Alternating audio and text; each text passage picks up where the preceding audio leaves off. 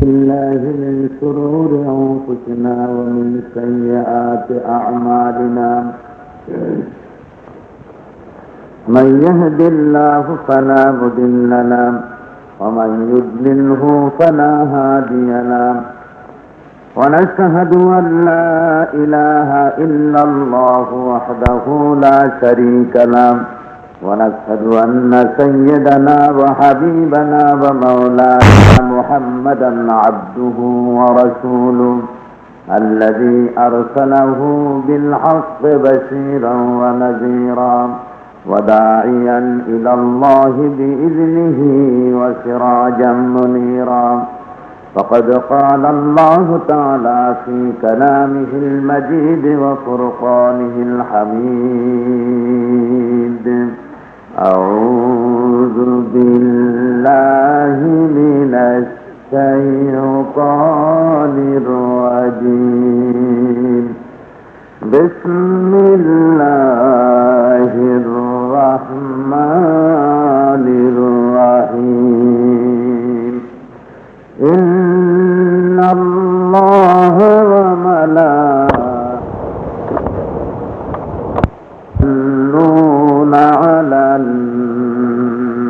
النبي يا أيها الذين آمنوا صلوا عليه وسلموا تسليما صلى الله على سيدنا محمد وآله وأصحابه وسلم جرس محبت سر بڑھیں صلى الله على سيدنا محمد وآله وأصحابه وسلم بلغ العلا بكماله كشف الدجى بجماله حسنت جميع خصاله صلوا عليه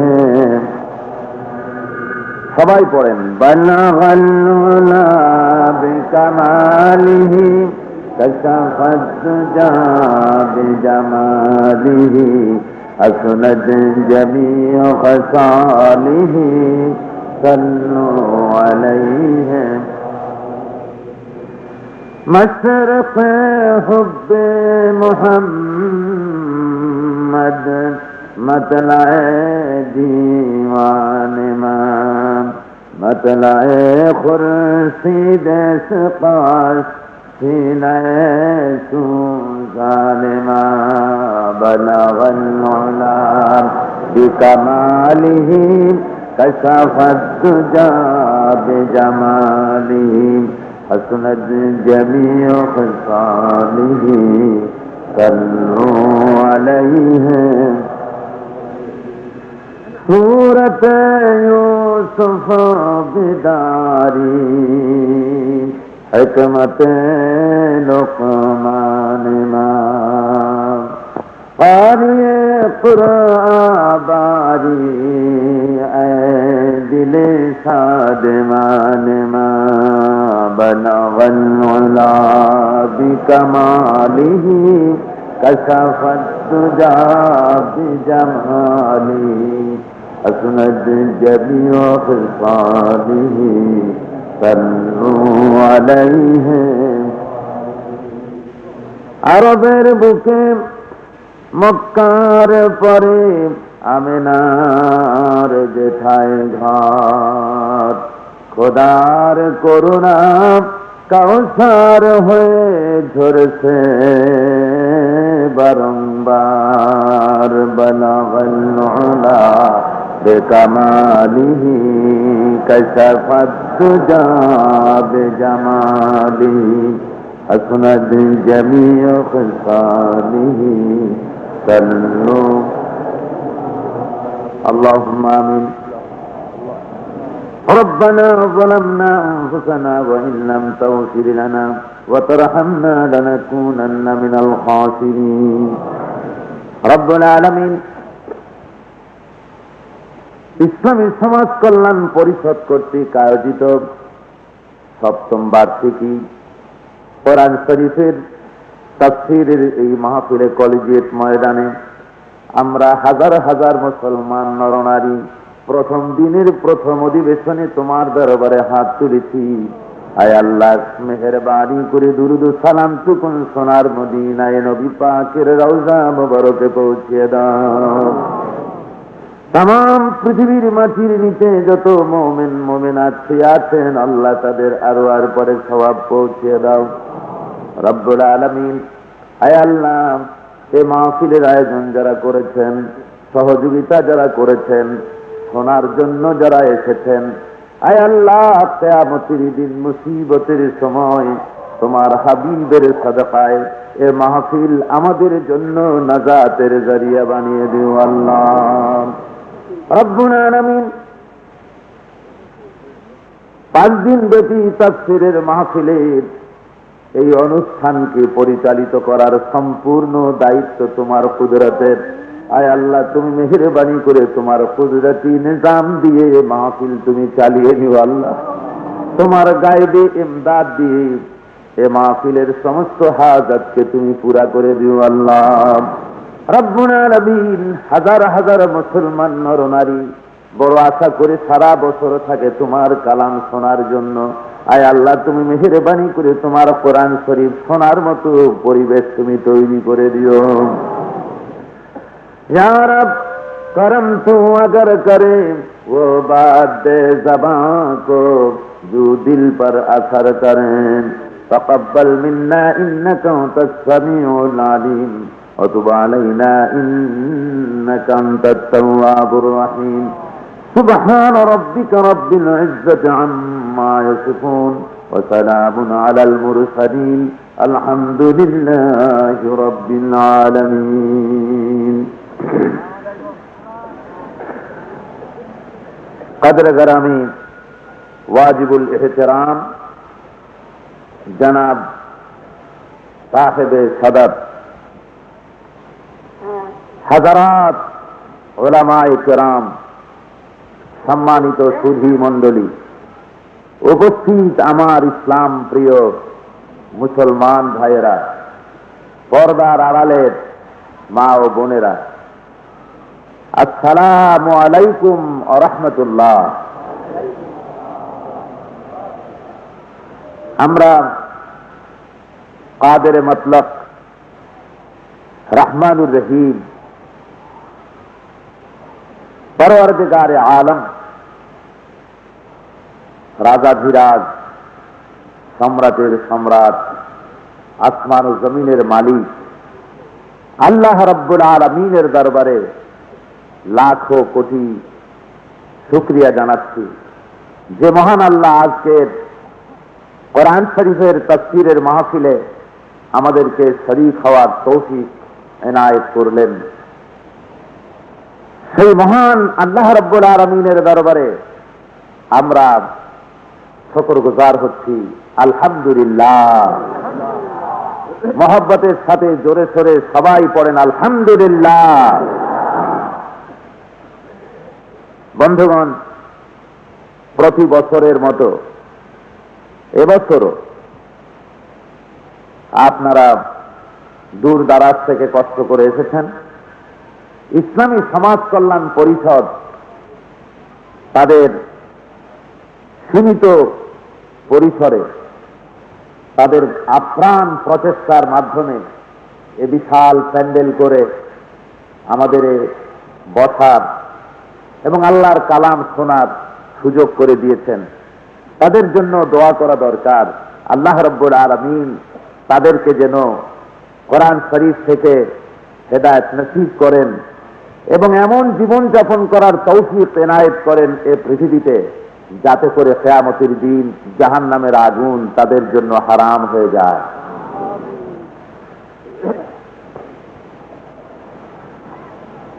আমার ভাই মুফাসসির কুরআন আল্লামা হযরত মাওলানা আব্দুল লতীফ সাহেব দামাত বরকাতুহুল আলিয়া আপনাদের সামনে মাত্র 5-7 মিনিটের ভেতরে কোরআন শরীফের মুলাক্কাস এর নাজিলের প্রয়োজন সম্পর্কে খুব সুন্দর দৃষ্টান্তের মাধ্যমে বুঝিয়ে দিয়েছেন। আল্লাহ রাব্বুল আলামিন এই জন্য তাকে জাযা দান করুন, জাযায়ে খায়ের দান করুন। কোরআন শরীফ আল্লাহ রাব্বুল আলামিন কেন দিলেন? নবী কেন পাঠালেন? কোরআন শরীফের জরুরত কি ছিল? আমরা তো বুদ্ধির দিক থেকে কোনো অংশে কম না। আমাদের বুদ্ধি আছে, আমাদের চলৎ শক্তি আছে, আমরা বাহুবলে শক্তিমান, আমরা স্বয়ং সম্পূর্ণ। সুতরাং বাইরের থেকে আমদানি করা কোনো জিনিস আমাদেরকে পথ নির্দেশ করুক, এর প্রয়োজন কি? এটি একটি প্রশ্ন দার্শনিকদের কাছে, দার্শনিকদের বানানো প্রশ্ন। পৃথিবীর বিভিন্ন দার্শনিকরা বলেছেন যে মানুষের উপরে যদি কোনো জিনিস বাইরের থেকে আমদানি করে চাপাইয়ে দেওয়া হয়, তাহলে মানুষের গণতান্ত্রিক মূল্যবোধকে হরণ করা হয়, মানুষের স্বাধিকারকে হত্যা করা হয়, মানুষের ব্যক্তি স্বাতন্ত্র্যকে নষ্ট করে দেওয়া হয়। আমার জন্য কি বৈধ, কি অবৈধ, কোনটা খাবো, কোনটা খাবো না, কোন পথে চলবো, কোন পথে চলবো না, ইত্যাদি সম্পর্কিত একটা ম্যানিফেস্টো, একটা মেনু, একটা আইনের বই বাইরের থেকে যদি আমদানি করে মানুষের উপরে চাপায়ে দেওয়া হয়, তাহলে মানুষের গণতান্ত্রিক অধিকার নষ্ট করে দেওয়া হয়, তার আজাদী নষ্ট করা হয়, তার ব্যক্তিত্ব নষ্ট করা হয়। সুতরাং বাইরের থেকে আমদানি করা কোনো জিনিসের কোনো প্রয়োজন নাই, একথা বিভিন্ন দার্শনিকরা বলেছেন। অর্থাৎ তারা একথার দ্বারা মানুষকে বুঝাতে চেয়েছেন যে বাইরের থেকে আমদানি যেটা হয়েছে মানুষের কাছে, সেটা হলো তাওহীদ, রিসালাত, আখিরাত ইত্যাদির জ্ঞান নিয়ে যে জ্ঞানের উৎস এসেছে, সেটার নাম হলো ওহী। যারা বলেন সেটার নাম কি? সুতরাং এই ওহী দিয়ে, ওহী যেহেতু আসছে কোত্থেকে? আকাশ থেকে। বাইরের থেকে আমদানি করা ওহী দিয়ে পৃথিবীর মানুষগুলিকে কন্ট্রোল করা হবে, এই নীতিটা আসলে মানুষের জন্য গ্রহণযোগ্য নয়। এটা মানুষের অধিকার নষ্ট করে দেয়, মানুষের গণতান্ত্রিক মূল্যবোধকে হত্যা করে। এটা হলো তাদের কথা। তারা বলতে চান আমরা নিজেরাই সব বুঝি, নিজেরাই সব করতে পারি। যদি সত্যিই তাই হয়, তাহলে কার্ল মার্কস বলেছেন যে বাইরের থেকে আমদানি করা কোনো জিনিসের প্রয়োজন নাই, আমরা নিজেরাই চলতে পারি নিজেদের বুদ্ধি দ্বারা, নিজেদের বিবেক দ্বারা, নিজেদের শক্তির দ্বারা চলতে পারি, বাইরের থেকে আমদানি করা কোনো জিনিসের প্রয়োজন নাই। ওহিকে সরাসরি অস্বীকার করে তিনি নিজের মন মস্তিষ্ক প্রসূত আইন পেশ করলেন জনগণের সামনে, আর মানুষকে বললেন যে পৃথিবীর মানুষের কোনো সমস্যা নাই, সমস্যা একটাই, সেটা হলো মানুষের পেট সমস্যা। কি সমস্যা বলুন? পেট সমস্যার সমাধান যদি হয়ে যায়, তাহলে মানুষের তাবৎ সমস্যার সমাধান হয়ে যাবে। এটা হলো ওনার কথা। আল ফ্রয়েড এসে বললেন না মানুষের শুধু পেট সমস্যা হতে যাবে কেন, মানুষের হলো পেট থেকে এক বিঘত নিচে মানুষের শরীরের যে অংশ, মানুষ হলো এই সর্বোচ্চ জীব, এইটার সমস্যার সমাধান করে দিতে পারলে মানুষের জীবনের সমস্ত সমস্যার সমাধান হয়ে যাবে। অর্থাৎ মানুষের সবচেয়ে বড় সমস্যা হলো যৌন সমস্যা, এটা আল ফ্রয়েড বলতে চেয়েছে। প্লেটো বলেছেন মানুষের যত সমস্যা আছে, পেট হোক, যৌন সমস্যা হোক, সবচেয়ে বড় সমস্যা হলো তার নেতৃত্বের সমস্যা। এই নেতৃত্বের কোয়ালিটি সম্পন্ন লোকের সংখ্যা দিন দিন কমে যাচ্ছে। চতুর্থ শ্রেণীর নাগরিক বেশি করে বাড়তেছে, লিডারশিপের যথেষ্ট অভাব দুনিয়ার বুকে। সুতরাং বেশি করে নেতা তৈরি করতে পারলে সমস্যার সমাধান হবে। প্লেটো তার আদর্শ রাষ্ট্রের মধ্যে লিখেছেন যে এই মানুষ কিভাবে তৈরি হবে, নেতা কেমনে তৈরি করব, নেতার কাজ করতে হবে। আপনারা এসব দার্শনিকদের বই পড়লে আশ্চর্য হবেন, কি লিখছেন তারা। ওনারা বলছেন নেতা চাষ করতে হবে। তো নেতা কিভাবে চাষ হবে? ফর্মুলা দিতে গিয়ে প্লেটো বলেছেন যে কোন নারীকে, সুন্দরী, যুবতী, রূপসী, ষোলকলায় পরিপূর্ণ যৌবনোচ্ছ্বাসা এ জাতীয় তরুণী তন্মীদেরকে কেউ বিবাহ করে নিজের বউ হিসাবে সমাজে চিহ্নিত করতে পারবে না। এদেরকে ন্যাশনালাইজ করতে হবে, জাতীয়করণ করতে হবে। এদেরকে শহরের বিশেষ এক এলাকায় সুন্দরতম জায়গায় এদেরকে থাকা খাওয়ার ব্যবস্থা করতে হবে এবং ফার্স্ট ক্লাস নাগরিক সৃষ্টির জন্য, উন্নত মানের নেতা তৈরি করার জন্য দেশের শ্রেষ্ঠ নেতা যারা তাদের সাথে অবাধ মেলামেশার সুযোগ দিতে হবে। এই নেতাদের সাথে সুন্দরী, যুবতী, স্বাস্থ্যবতী, রূপবতী মেয়েদের ক্রস কানেকশনে যে প্রোডাকশন হবে সেটাই হবে নেতা। আর এই নেতাদের সংখ্যা যত বাড়বে দেশের মধ্যে অন্যায়, অবিচার, সমস্যা সবকিছুর সমাধান হয়ে যাবে। আমি এইটা পড়ে আমার কাছে মনে হয়েছে এটার নাম পাগলামি নয়, এটার নাম ছাগলামি। একজন বললেন মানুষ হলো পেট সর্বস্ব জীব, এর সমস্যার সমাধান দিলে সব সমাধান হয়ে গেল। আরেকজন বলল যৌন সমস্যাই হলো মানুষের শ্রেষ্ঠ সমস্যা। আরেকজন বলল নেতা হলো সবচেয়ে বড় সমস্যা।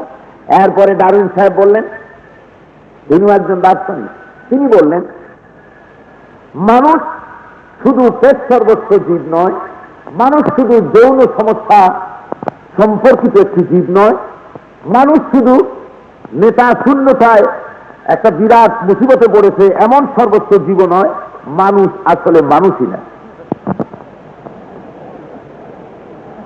আমি যে বলছি এ কথাগুলি ঠিক না অবাস্তব বলছি? দার্শনিকরা এরকম বলেছেন না? এক একজন এক এক ধরনের মন্তব্য পেশ করলেন, কারো কথার সাথে কারো কথার মিল হলো না। হবে কি করে? চোখ হলো দু রকমের। চোখ ক রকমের হয় বলুন? দুই রকমের হয় চোখ। একটা হয় বাহ্যিক চোখ, আর একটা হয় অন্তর্দৃষ্টি, মনের চোখ। দুটো চোখ না? ধরে বলেন কয়টা চোখ? একটা বাইরের আর একটা ভেতরে। এরা বাইরের চোখ দিয়ে দেখেছে, ভেতরের চোখ দিয়ে দেখতে পারেনি। রব্বুল আলামিন এই কথা এত সুন্দর করে বলেছেন কোরআন শরীফের মধ্যে, লা তা'মাল আবসার ওয়ালাকিন তা'মাল কুলুবুল্লাতী ফিস সুদূর। আল্লাহ রব্বুল আলামিন বলেন এদের বাহ্যিক চক্ষু নষ্ট হয় নাই, বাইরের চোখ নষ্ট হয় নাই। আমি বলি না যে এদের বাইরের চোখ নষ্ট হয়েছে, বরং বাইরের চোখ ঠিকই আছে। ওয়ালাকিন তা'মাল কুলুবুল্লাতী ফিস সুদূর, কিন্তু তার অন্তর্দৃষ্টি, মনের চক্ষুটা, জ্ঞানের চক্ষুটা বিনষ্ট হয়ে গেছে, অন্ধ হয়ে গিয়েছে। বাইরের চোখ ঠিক আছে, ভেতরের চোখ অন্ধ হয়ে গিয়েছে। ভেতরের চোখ খুব সীমিত আমাদের।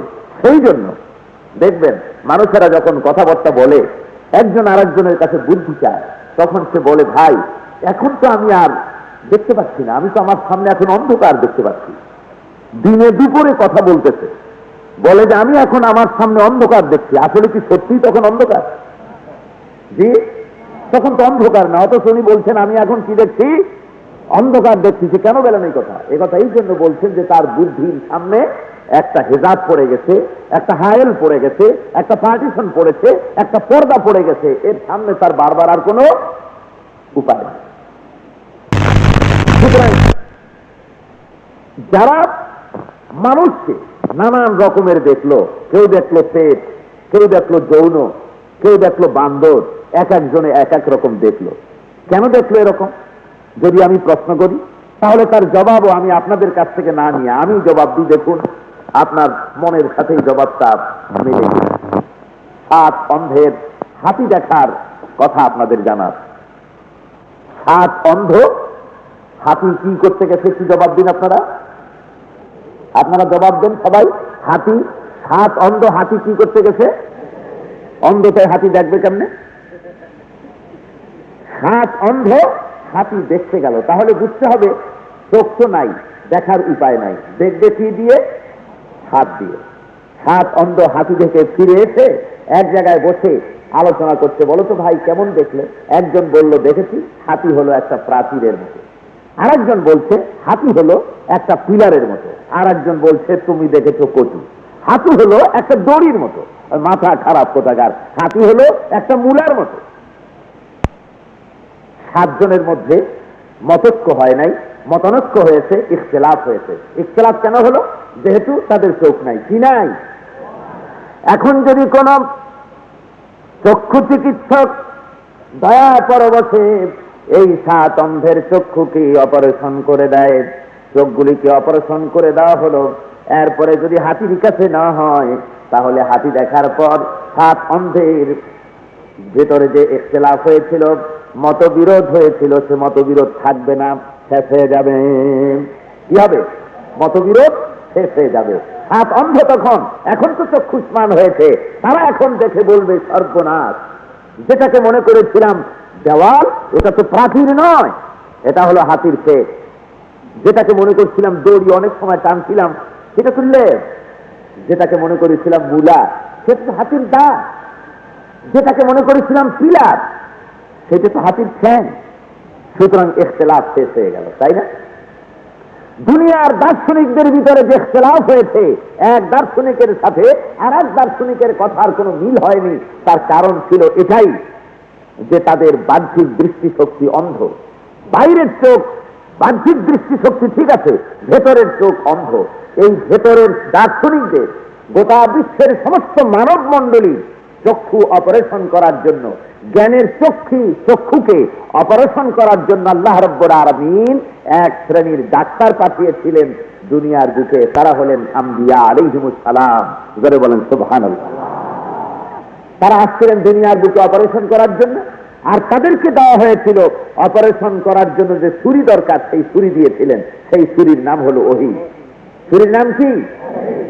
আল্লাহর নবীরা দুনিয়ার বুকে ওহীর ছুরি দিয়ে অপারেশন চালালেন মানুষের জ্ঞানের চক্ষুর উপরে, যার জন্য দেখা গেল দুনিয়ার ভিতরে যত দার্শনিক এসেছেন, একজনের সঙ্গে আর একজনের দেখা হয়েছে, অথচ কথার কোনো মিল হয়নি। একজন একরকম বলেছেন, আর একজন আর এক রকম বলেছেন, কারো সঙ্গে কারো কথার মিল হয়নি।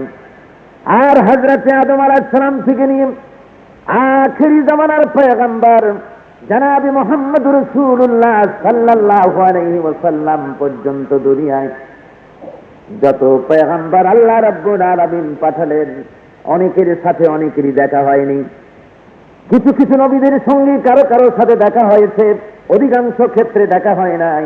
1000 বছরের বিরতিতে, 5-10 হাজার বছরের বিরতিতে, 200-500 বছরের বিরতিতে একজন পয়গম্বর এসেছেন, একজনের সাথে আর একজনের মিল হয়নি। কিন্তু কোন পয়গম্বরের কথার সাথে আর এক পয়গম্বরের কথার গড় মিল হয় নাই। হয়েছে? কোন নবীর সাথে আর এক নবীর কথার কোন গড় মিল হয়েছে বলে বলেন? সমস্ত নবীদের দাওয়াত এক ছিল না 2 রকম ছিল? সমস্ত নবীরা বলেছেন, একই দাওয়াত দিয়েছেন, লা ইলাহা ইল্লাল্লাহ, লা ইলাহা ইল্লাল্লাহ, লা ইলাহা, জোরে বলেন, লা ইলাহা, লা ইলাহা ইল্লাল্লাহ। এক নবীর সাথে আর এক নবীর কথার কোন গরমিল হয়নি। সমস্ত নবীরা একই কথা বলেছেন। সবাই বলেছেন আল্লাহ এক, একক, নিরঙ্কুশ, বেনিয়াজ। পরকাল আছে, মরতে হবে, সিরাত আছে, আযাব, কবর আযাব আছে, হাসর আছে, জান্নাত আছে, জাহান্নাম আছে, তাওহীদ আছে, রিসালাত আছে, আখিরাত আছে। সমস্ত নবীদের কথা এক হয়েছে, কোন নবীর সাথে কোন কথার গরমিল হয়নি এ সম্পর্কিত। জোরে কোন সুবহানাল্লাহ। সুতরাং আমাদের বুঝতে হবে, বাইরের থেকে আমদানি করা কোনো জিনিস যদি না হয়, তাহলে আমরা সঠিক গোলে পৌঁছতে পারবো না। যেহেতু বুদ্ধি জ্ঞান অর্জনের জন্য মানুষের কাছে 5টা রুট আছে। কয়টা রুট আছে? জ্ঞান অর্জনের জন্য, উপলব্ধির জন্য পাঁচটা পথ মানুষের। একটা হলো চক্ষু, কর্ণ, নাসিকা, জিহ্বা, আর একটা কি ত্বক। এই কয়টা হলো? এই পাঁচটি হলো মানুষের জ্ঞান অর্জনের রুট, মিডিয়া, মাধ্যম। এই পাঁচটি, যে পাঁচটি মাধ্যমে, যে পাঁচটি জিনিসের মাধ্যমে আমরা জ্ঞান অর্জন করে থাকি, দেখা যায় এ পাঁচটি আমাদের জন্য কমপ্লিট কিনা, এ পরিপূর্ণ কিনা, মোকাম্মল কিনা। এই পাঁচটি জিনিস দ্বারা আমরা জ্ঞান, সঠিক জ্ঞান, সঠিক উপলব্ধি আমরা পেতে পারি কিনা তা একটু আলোচনা করে দেখা দরকার। দেখা দরকার না? কি বলেন, দেখা দরকার না? আসুন প্রথমেই ধরি আমরা আমাদের চক্ষুকে। চক্ষু হলো প্রথম জ্ঞানার্জনের জন্য, কোনো কিছু উপলব্ধি করার জন্য, কোনো কিছু দেখার জন্য প্রথম মিডিয়া হলো আমাদের কোনটা? এই চোখ। চোখ দিয়ে আমরা কি সঠিকভাবে দেখতে পারি? যদি চোখ আমাকে সঠিক জ্ঞান দিতে পারত, তাহলে তো রেল লাইনের পাশে আমি যখন দাঁড়াই, তখন রেলের পাটি মাঝখানে আমি দেখি 2-2.5 হাত ব্যবধান আছে, দুইটা লোহার যে পাত আছে এর মাঝখানে 2-2.5 হাত ব্যবধান আছে। যখন আমার চক্ষুকে সামনের দিকে প্রসারিত করে দেই দিগন্ত পানে, তখন দেখতে পাবো দূরের থেকে আস্তে করে দুটো লাইন এমনি করে মিলিত হয়ে এক সরল রেখায় মিলিত হয়ে গেছে। আসলেই কি দূরে গিয়ে দুটো লাইন এক হয়ে গেছে? আর আপনাদের মতে গেছে নাকি? দুটো লাইন মেলেনি, এক হয়নি, বরং ঠিকই আছে। যদি এক হতো তাহলে তো ট্রেনটা ডিরেল হয়ে যেত। সুতরাং ট্রেন যে আপনার লাইনে আপনার যে নজর দিয়েছেন, আপনার দৃষ্টিশক্তির একটা সীমা আছে, ওখানে গিয়ে শেষ হয়ে গেছে বলে আমি আর আপনি সামনের দিকে আর দেখতে পারলাম না, ঠিক কিনা? তাহলে বোঝা গেল আমি চোখের দ্বারা যে জ্ঞান অর্জন করি এরও একটা সীমানা আছে, এরও একটা সীমা সরহাদ আছে, এর অতিরিক্ত আপনি আমি দেখতে পাই না। আমার চোখ আমাকে সঠিক আইডিয়া দিতে পারে না। যেমন চন্দ্র সূর্যকে আমরা বড় দেখি, আর নক্ষত্র কি দেখি? চাঁদ সূর্যের চাইতে বড় দেখি না ছোট দেখি? ছোট দেখি। কিন্তু তাই বলে চাঁদ সূর্যের চাইতে নক্ষত্র ছোট বলে নক্ষত্র আমরা ছোট দেখি না, বরং চাঁদ আর সূর্য আমাদের কাছে বলে ওটাকে বড় দেখা যায়, নক্ষত্র অনেক দূরে তাই ছোট দেখা যায়। নক্ষত্র এত বড়, বিজ্ঞানীরা বলেছেন পৃথিবীর চাইতে 13 লক্ষ গুণ বড় হলো সূর্য। আর যে সব তারকা খালি চোখে ধরা পড়ে না, ওই তারকাগুলি ওই সূর্যের চাইতেও কয়েক লক্ষ গুণ বড়। তাহলে চোখ তো আমাকে সঠিক আইডিয়া দিতে পারলো না। চন্দ্র সূর্য বড় মনে করছিলাম, আসলে তো বড় না, ওর চাইতেও বড় হলো নক্ষত্র। তাহলে দূরের জিনিস দেখতে হলে আমাকে দূরবীক্ষণ যন্ত্র লাগে, আর কাছের জিনিস দেখতে হলে কি লাগে? অনুবীক্ষণ লাগে, তা না হলে বুঝি না। আপনার আমার সামনে 1 ফোঁটা রক্ত শরীর থেকে বের করেন, দুটো কাঁচে ঘর্ষণ করেন, তারপরে আপনি দেখবেন খালি চোখে কিছু দেখতে পারবেন না, কিন্তু আপনি যখন মাইক্রোস্কোপ যন্ত্র লাগাবেন তখন দেখতে পারবেন কত শত সহস্র জীবাণু এই রক্ত ফোঁটার মধ্যে রয়েছে। রক্তের রং আমরা দেখতে পাই লাল, আসলে শুধু লালই নয়, আপনি যখন মাইক্রোস্কোপ যন্ত্র, অনুবীক্ষণ যন্ত্র চোখে লাগাবেন তখন দেখতে পাবেন ওই লাল রক্তের ভিতরে কিছু শ্বেত কণিকাও রয়েছে, তাই না? তাহলে বোঝা গেল চোখের একটা দৃষ্টিশক্তির সীমা রাখা আছে। বহুদূরের জিনিসও আমি পরিপূর্ণভাবে দেখি না, নিকটের জিনিসেরও সঠিক আইডিয়া আমার চোখ আমাকে দিতে পারে না। এরপরে বুদ্ধি, আমার ব্রেন, যেখান থেকে আমি পরিচালিত হই, আমার যে বুদ্ধি, আমার যে মগজ, এই বুদ্ধিও আমাকে সঠিক পথ প্রদর্শন করতে পারে না, সঠিকভাবে আমাকে আইডিয়া দিতে পারে না। বুদ্ধি আমার সীমিত, অতীত ভুলে যাই, ভবিষ্যৎ জানি না, বর্তমান সম্পর্কে সিদ্ধান্ত নিতে গিয়ে ভুল করি। এ হলো আমার বুদ্ধির সীমানা। ধরে বলেন ঠিক না? এই বুদ্ধির বিকাশ হয়। এই বুদ্ধির বিকাশের জন্য আল্লাহ রাব্বুল আলামিন বুদ্ধিকে কন্ট্রোল করার জন্য, বুদ্ধি যেন কন্ট্রোলের বাইরে না যায়, এটাকে ওহী কর্তৃক নিয়ন্ত্রিত হতে হবে, তাহলে সঠিক লক্ষ্যে আপনি আমি পৌঁছতে পারবো। আর যদি ওহী কর্তৃক নিয়ন্ত্রিত না হয় তাহলে সঠিক লক্ষ্যে পৌঁছবার কোনো পথ আপনার আমার সামনে থাকবে না।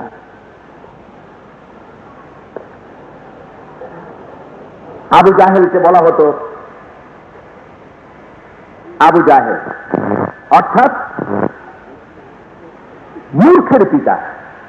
আবু জাহেল শব্দের অর্থ কি? মূর্খের পিতা।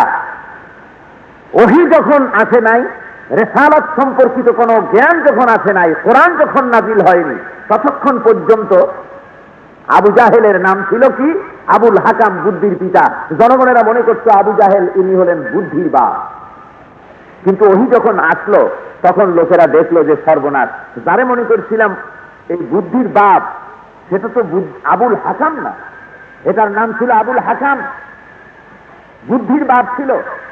কিন্তু ওহী যখন এলো তখন তার নাম হয়ে গেল, ওহী নাজিল হওয়ার পর তার নাম হয়ে গেল আবু জাহেল, অর্থাৎ মূর্খের পিতা।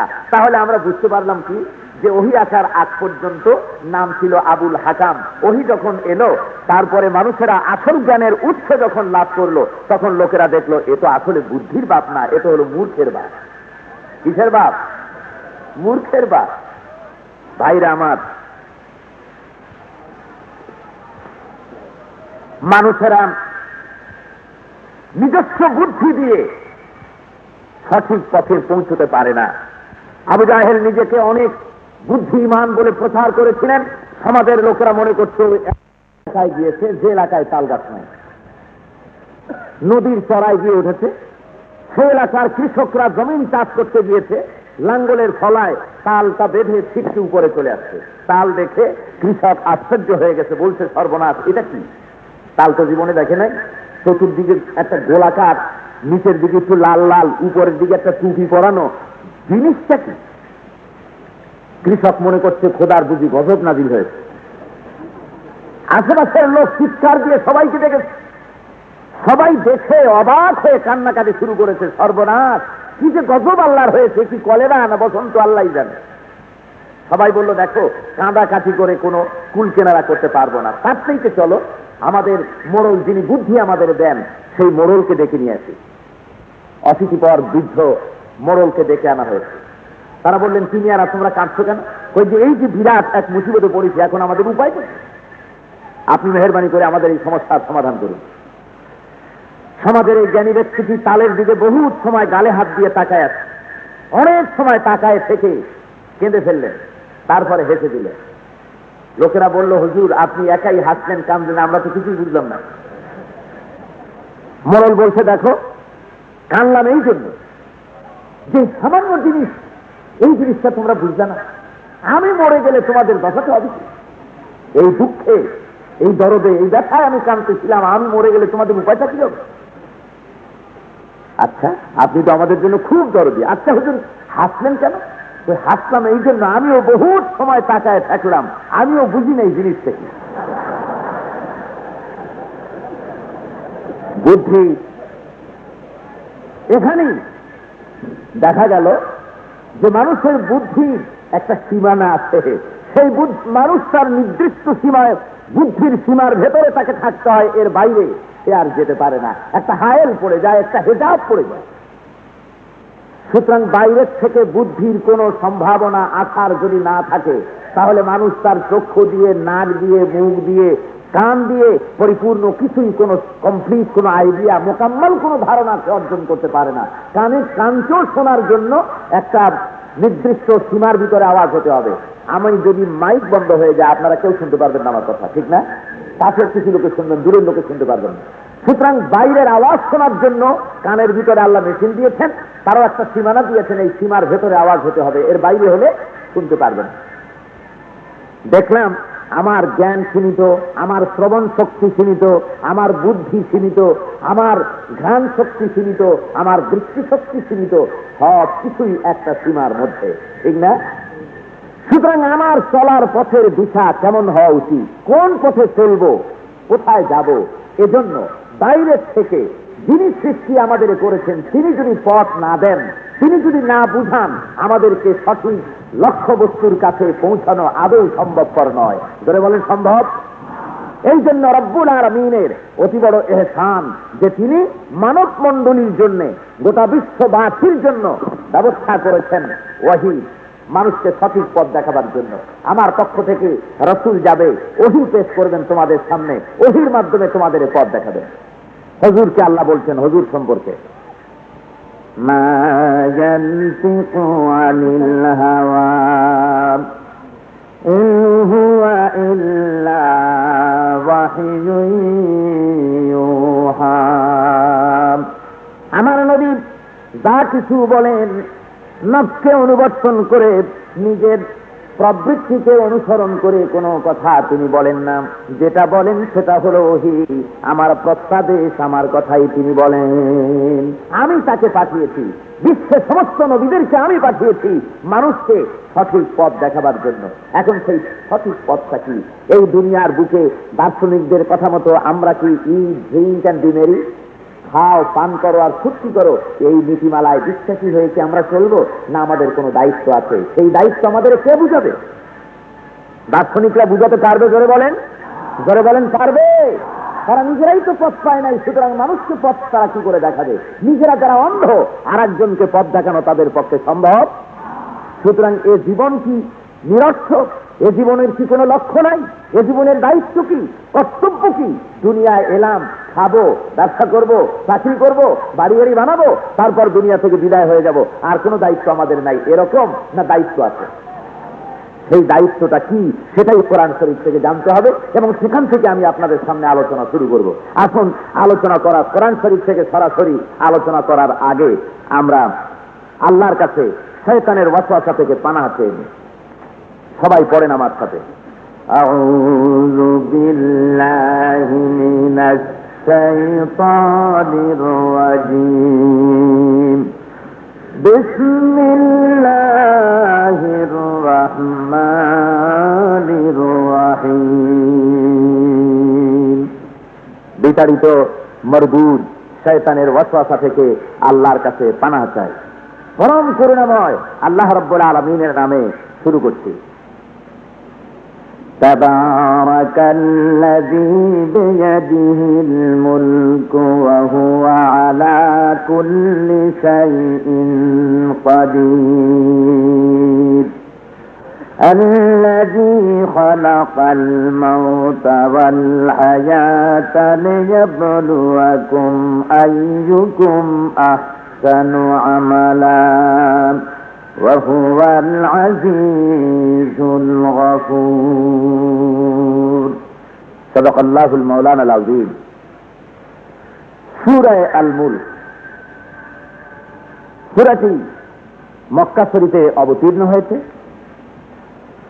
সূরাটিতে 30টি আয়াত আছে, 2টি রুকুতে সূরাটি শেষ করা হয়েছে। তাবারাকাল্লাযী বিয়াদিহিল মুলক, সূরার এই প্রথম আয়াতটির আল মুলক শব্দটি দিয়েই সূরার নামকরণ করা হয়েছে। সূরাটি ঠিক কখন নাযিল হয়েছে এ সম্পর্কে নির্ভরযোগ্য সঠিকভাবে তেমন কিছু জানা যায় না। তবে আয়াতগুলি, এর বাচনভঙ্গি প্রমাণ করে যে মক্কি জিন্দেগীর প্রাথমিক পর্যায়ে যে সমস্ত সূরা নাযিল হচ্ছিল এটি তার মধ্যে অন্যতম। সূরাটির বিষয়বস্তু হল, একদিকে ইসলামের মৌল শিক্ষা মানুষকে প্রদান করা, আর একদিকে অবচেতন মানুষগুলিকে সচেতন করে তোলা। যারা এই পৃথিবীর বুকে নিজেদেরকে মনে করেছে এই পৃথিবীর বুকে শুধু তারা খাবে, পড়বে, আনন্দ করবে, ফুর্তি করবে, দু ফুর্তি নো চিন্তা, এই জাতীয় মনোভাব যাদের, এইরকমই চলবে, না কোনো দায়িত্ব আছে, না কোনো কর্তব্য আছে পৃথিবীর বুকে, সেই দায়িত্ব এবং কর্তব্য সম্পর্কে আল্লাহ রাব্বুল আলামিন অত্যন্ত সুন্দর ভাষায় মানুষকে সচেতন করে তোলার উদ্দেশ্যে এই সূরাটি অবতীর্ণ করেছেন। জোরে বলেন আলহামদুলিল্লাহ। আমরা গাফেল হয়েছি, পৃথিবীর এই গাফেল মানুষগুলিকে, পথভ্রষ্ট মানুষগুলিকে, অবচেতন মানুষগুলোকে সচেতন করার জন্য এই সূরাটির অবদান বিরাট। সূরাটিতে বলা হচ্ছে, তাবারাকাল্লাযী বিয়াদিহিল মুলকু ওয়া হুয়া আলা কুল্লি শাইইন কাদির। অতীব মহান শ্রেষ্ঠ সেই সত্তা যার মুঠির ভিতরে, যার কুদরতি হাতের ভেতরে রয়েছে তামাম সৃষ্টি লোকের, তামাম নবমণ্ডল এবং ভূমণ্ডলের সমস্ত সৃষ্টি জগৎ, যার কুদরতি হাতের মধ্যে। তিনি হলেন সমস্ত জিনিসের উপরে ক্ষমতাশীল, অপ্রতিরোধ্য ক্ষমতার মালিক। তাবারাকাল্লাযী বিয়াদিহিল মুলক, এই আয়াতের তাবারক শব্দ দিয়ে, তাবারক এটি বরকত শব্দ থেকে এর উৎপত্তি। এর অর্থ হল উচ্চতরতা, বিরাটত্ব, বিপুল, প্রাচুর্য, স্থিতি এবং কল্যাণময়তা।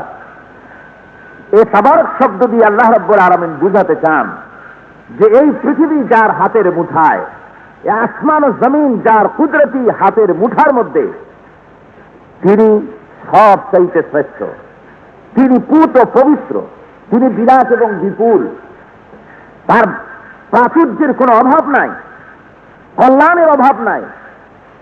বিরাট এবং ব্যাপক কল্যাণময়তার কথা এই তাবারক শব্দ দিয়ে আল্লাহ বুঝাচ্ছেন। কোরআন শরীফের বিভিন্ন জায়গায় এই তাবারক শব্দ আল্লাহ রাব্বুল আলামিন এভাবে ব্যবহার করেছেন। আলা লাহুল খালকু ওয়াল আমর তাবারাকাল্লাহু রাব্বুল আলামিন। সৃষ্টি তারই, সার্বভৌমত্ব তারই, তিনি অধিকতর বরকতশালী, আল্লাহ সমগ্র জাহানের প্রতিপালনকারী। এখানে এই তাবারক শব্দ দিয়ে আল্লাহ রাব্বুল আলামিন বৃদ্ধি, বাড়তি, বিকাশ এবং উন্নতি এবং তার কল্যাণময়তা যে শাশ্বত এবং চিরন্তন, সে কথা আল্লাহ রাব্বুল আলামিন বুঝাতে চাচ্ছেন। পৃথিবী সৃষ্টি আমার, সার্বভৌমত্বের মালিকও আমি, এই সার্বভৌমত্বের মালিকানার ভেতরে কারো কোনো অংশ নাই। রব্বুল আলামিন বলছেন, লিল্লাহি মা ফিস সামাওয়াতি ওয়া মা ফিল আরদ। পড়েন সবাই আমার সাথে, লিল্লাহি মা ফিস সামাওয়াতি ওয়া মা ফিল আরদ। আসমান এবং জমিনের সার্বভৌমত্বের একচ্ছত্র মালিকানা আল্লাহ রাব্বুল আলামিনের। তারই মুঠার ভিতরে তামাম বিশ্বজাহান, এর মধ্যে আর কারো কোনো অধিকার নাই, কারো কোনো ক্ষমতা নাই। ক্ষমতার একমাত্র মালিক আল্লাহ রাব্বুল আলামিন। বরকত শব্দ দিয়ে, তাবারক শব্দ দিয়ে আল্লাহ একথা বুঝাতে চান। অন্যত্র এই তাবারক শব্দ দিয়ে আল্লাহ আরো বলছেন, ওয়ালাকাদ খালাকনাল ইনসানা মিন সুলালাতিন মিন তিন। আমি মানুষকে মাটির নির্যাস দিয়ে তৈরি করেছি। সুম্মা জাআলনাহু নুতফাতান ফি কারারিম মাকিন। এরপরে আমি সেই মাটির নির্যাস থেকে নুতফা তৈরি করেছি, স্পার্মোটোজোয়া তৈরি করেছি। এটি আমি মাতৃগর্ভের ভিতরে সুরক্ষিত রেখেছি। তারপর ثم خلقنا النطفة علقة فخلقنا العلقة مضغة। আল্লাহ রাব্বুল আলামিন বলেন, ওই রক্ত ফোঁটাকে আমি, ওই পানি ফোঁটাকে রক্ত পরিণত করেছি, আর ওই রক্তপিণ্ডকে, ওই রক্তগুলিকে আমি আবার গোস্তের পিণ্ডে তৈরি করেছি। ওই গোস্তগুলিকে আবার فخلقنا المضغة عظاما فكسونا العظام لحما। এই গোস্তগুলিকে হাড়ের উপরে ছাউনি দিয়ে সুন্দর করে মানুষের আকৃতি আমি দান করেছি। ثم انشأناه خلقا آخر فتبارك الله أحسن الخالقين। এইভাবে সেই আল্লাহ রাব্বুল আলামিন হলেন অতীব সুন্দর, অতীব বরকতশীল, যিনি তার বান্দাকে, যিনি তার সৃষ্টিকে এত সুন্দর করে তৈরি করেন। এখানে তাবারক বলতে আল্লাহ রাব্বুল আলামিন তার পবিত্রতা, বরকতপূর্ণ, এবং তিনি যে শুধু সৃষ্টি করেন না, বিকাশ করেন, বৃদ্ধি দান করেন, প্রতিপালন করেন, একথা এখানে আল্লাহ রাব্বুল আলামিন তাবারক শব্দ দিয়ে বুঝাচ্ছেন।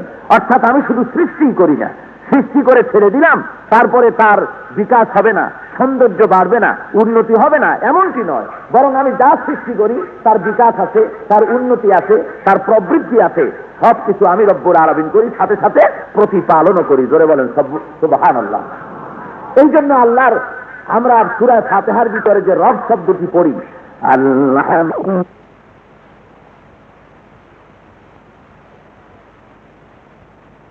এসে বলেন ইয়া রাসূলুল্লাহ, গাছে আমরা একটা বীজ বপন করলাম জমিনে, জমিন থেকে বীজটা অঙ্কুরিত হলো, দুটি পাতা নিয়ে উপরে বেড়ে উঠল। রব্বুল আলামিন বলেন এখানেই শেষ হলো না, আমি গাছটাকে এই চারাটাকে আস্তে আস্তে করে বড় করি, পূর্ণতা দান করি, সৌন্দর্য দান করি, তারপরে তার শাখা প্রশাখা হয়, পত্র পল্লবে ফলে ফুলে আমি রব্বুল আলামিন পরিশীভূত করে দেই। সুতরাং আমি বরকতপূর্ণ, অতিশয় অতীব অপ্রতিদ্বন্দ্বী ক্ষমতা, বিপুল এবং ব্যাপক পরিমাণ বরকত, রহমত আমার কাছে, এর ভান্ডার আমার কাছে, এটা দুনিয়ায় কারো কাছে নেই। মানুষের অবস্থাও তাই দেখি। আজকে যে ছোট্ট মানুষটি, ছোট্ট যে শিশুটি জন্মগ্রহণ করলো, এটি এরকম ছোটই থাকে না, তার আঙ্গুলগুলি, চক্ষু, নাসিকা, কর্ণ ছোট থাকে না, আস্তে আস্তে করে বড় হতে থাকে, স্বাস্থ্য ভালো হতে থাকে। এই ছোট্ট শিশুটি তো আবার কয়েকদিন পরে সেই শিশুটি কিশোর হয়ে গেল, সেখান থেকে যুবক হলো, তারপরে বয়সপ্রাপ্ত হয়ে নেতা হয়ে গেল, বড় কিছু হলো। এরপরে আল্লাহ রাব্বুল আলামিন বলেন আমি আবার তাকে বার্ধক্যে পরিণত করে দেই। সুতরাং আমি শুধু সৃষ্টি করি না, সৃষ্টি করি, প্রতিপালন করি, লালন করি, প্রবৃদ্ধি করি, বিকাশ সাধন করি, উন্নতি দান করি। জোরে বলেন সুবহানাল্লাহ। আল্লাহ রাব্বুল আলামিন আবার বলেন, এই তাবারক শব্দ বুঝাতে গিয়ে অন্যত্র রব্বুল আলামিন বলছেন তাবারাকাল্লাযী নাযালাল ফুরকানা আলা আবদিহি লিয়াকুনা লিল আলামিনা নাযীরা। অতীব বরকতপূর্ণ সেই রব্বুল আলামিন যিনি ফুরকান নিজের বান্দার উপরে নাজিল করেছেন, যাতে করে গোটা পৃথিবীর মানুষের জন্য ভীতি প্রদর্শনকারী হয়ে যায়। এখানে তাবারক শব্দের অর্থ আল্লাহ রাব্বুল আলামিন কয়েকটি অর্থে ব্যবহার করেছেন। তিনি অতীব মহান, বড় অনুগ্রহ, তার বিরাট অনুগ্রহ সম্পন্ন তিনি, অতিশয় পবিত্র তিনি, তারপরে তিনি বিরাট ক্ষমতার মালিক, যে ক্ষমতার সাথে মোকাবেলা করার ক্ষমতা পৃথিবীরও কারো নাই, আসমানেরও কারো নাই। ঠিক না? আল্লাহ রাব্বুল আলামিন বলেন এই গুণের মালিক আমি, আমার হাতের ভিতরে রয়েছে তামাম আসমান ও জমিন, তামাম সৃষ্টি জগৎ, সবকিছু আমার হাতের মুঠার মধ্যে, আমি এর মালিক। বিয়াদিহিল মুলক, আমার হাতে রাষ্ট্র, রাজত্বের মালিক আমি। রাজকীয় সার্বভৌমত্ব, নিরঙ্কুশ মালিকানা একমাত্র আল্লাহর। হাত এখানে রূপক হিসাবে ব্যবহার করা হয়েছে। এই হাত বলতে আল্লাহর কোনো হাত পা ইত্যাদি নাই, এটা হলো রূপক। ক্ষমতা অমুকের হাতে, তার অর্থ রাষ্ট্রটা তার হাতে নয়, এটা রূপক হিসাবে ব্যবহার করা হয়েছে। বিয়াদিহিল মুলক অর্থাৎ তামাম আসমান ও জমিন এর নিরঙ্কুশ মালিকানা একমাত্র আল্লাহ রাব্বুল আলামিনের কুদরতি হাতের উপরে রয়েছে। যিনি এই ক্ষমতার কথা বর্ণনা করে আল্লাহ রাব্বুল আলামিন বলছেন যে এই ব্যাপক অপ্রতিরোধ সমস্ত ক্ষমতার মালিক হলাম আমি। আমি এত বড় ক্ষমতার মালিক হয়ে আমি কি করেছি? আল্লাযী খালাকাল মাউতা ওয়াল হায়াতা লিয়াবলুয়াকুম আইয়ুকুম আহসানু আমালা ওয়া হুয়াল আজিজুল গফুর। তিনি আল্লাহ যিনি মত এবং জীবনকে উদ্ভাবন করেছেন, আর মানুষের মত এবং জীবনকে উদ্ভাবন করে তিনি পরখ করতে চান মানুষের আমল সম্পর্কে, কার আমল ভালো কার আমল খারাপ। এটার জন্য তিনি জীবন এবং মরণের একটা সীমানা দিয়েছেন। এর ভিতরে তিনি দেখতে চান মানুষের বাঁচা মরার এই ধারাবাহিকতা, তাকে পরীক্ষা করার জন্য। আমাদেরকে যে আল্লাহ দুনিয়া সৃষ্টি করেছেন, একদিন যখন জন্ম লাভ করেছি, বিদায় একদিন হতেই হবে, হওয়া লাগবে না? জোরে বলেন লাগবে কিনা? একদিন যখন এসেছি পৃথিবীতে, যেতে একদিন হবেই। সুতরাং জন্ম লাভ করেছি, পরে মৃত্যু হতে হবে। এই যে সময়টা আল্লাহ রাব্বুল আলামিন দিয়েছেন, এই সময়ের ভেতরেই আমাদের পরীক্ষার সময়।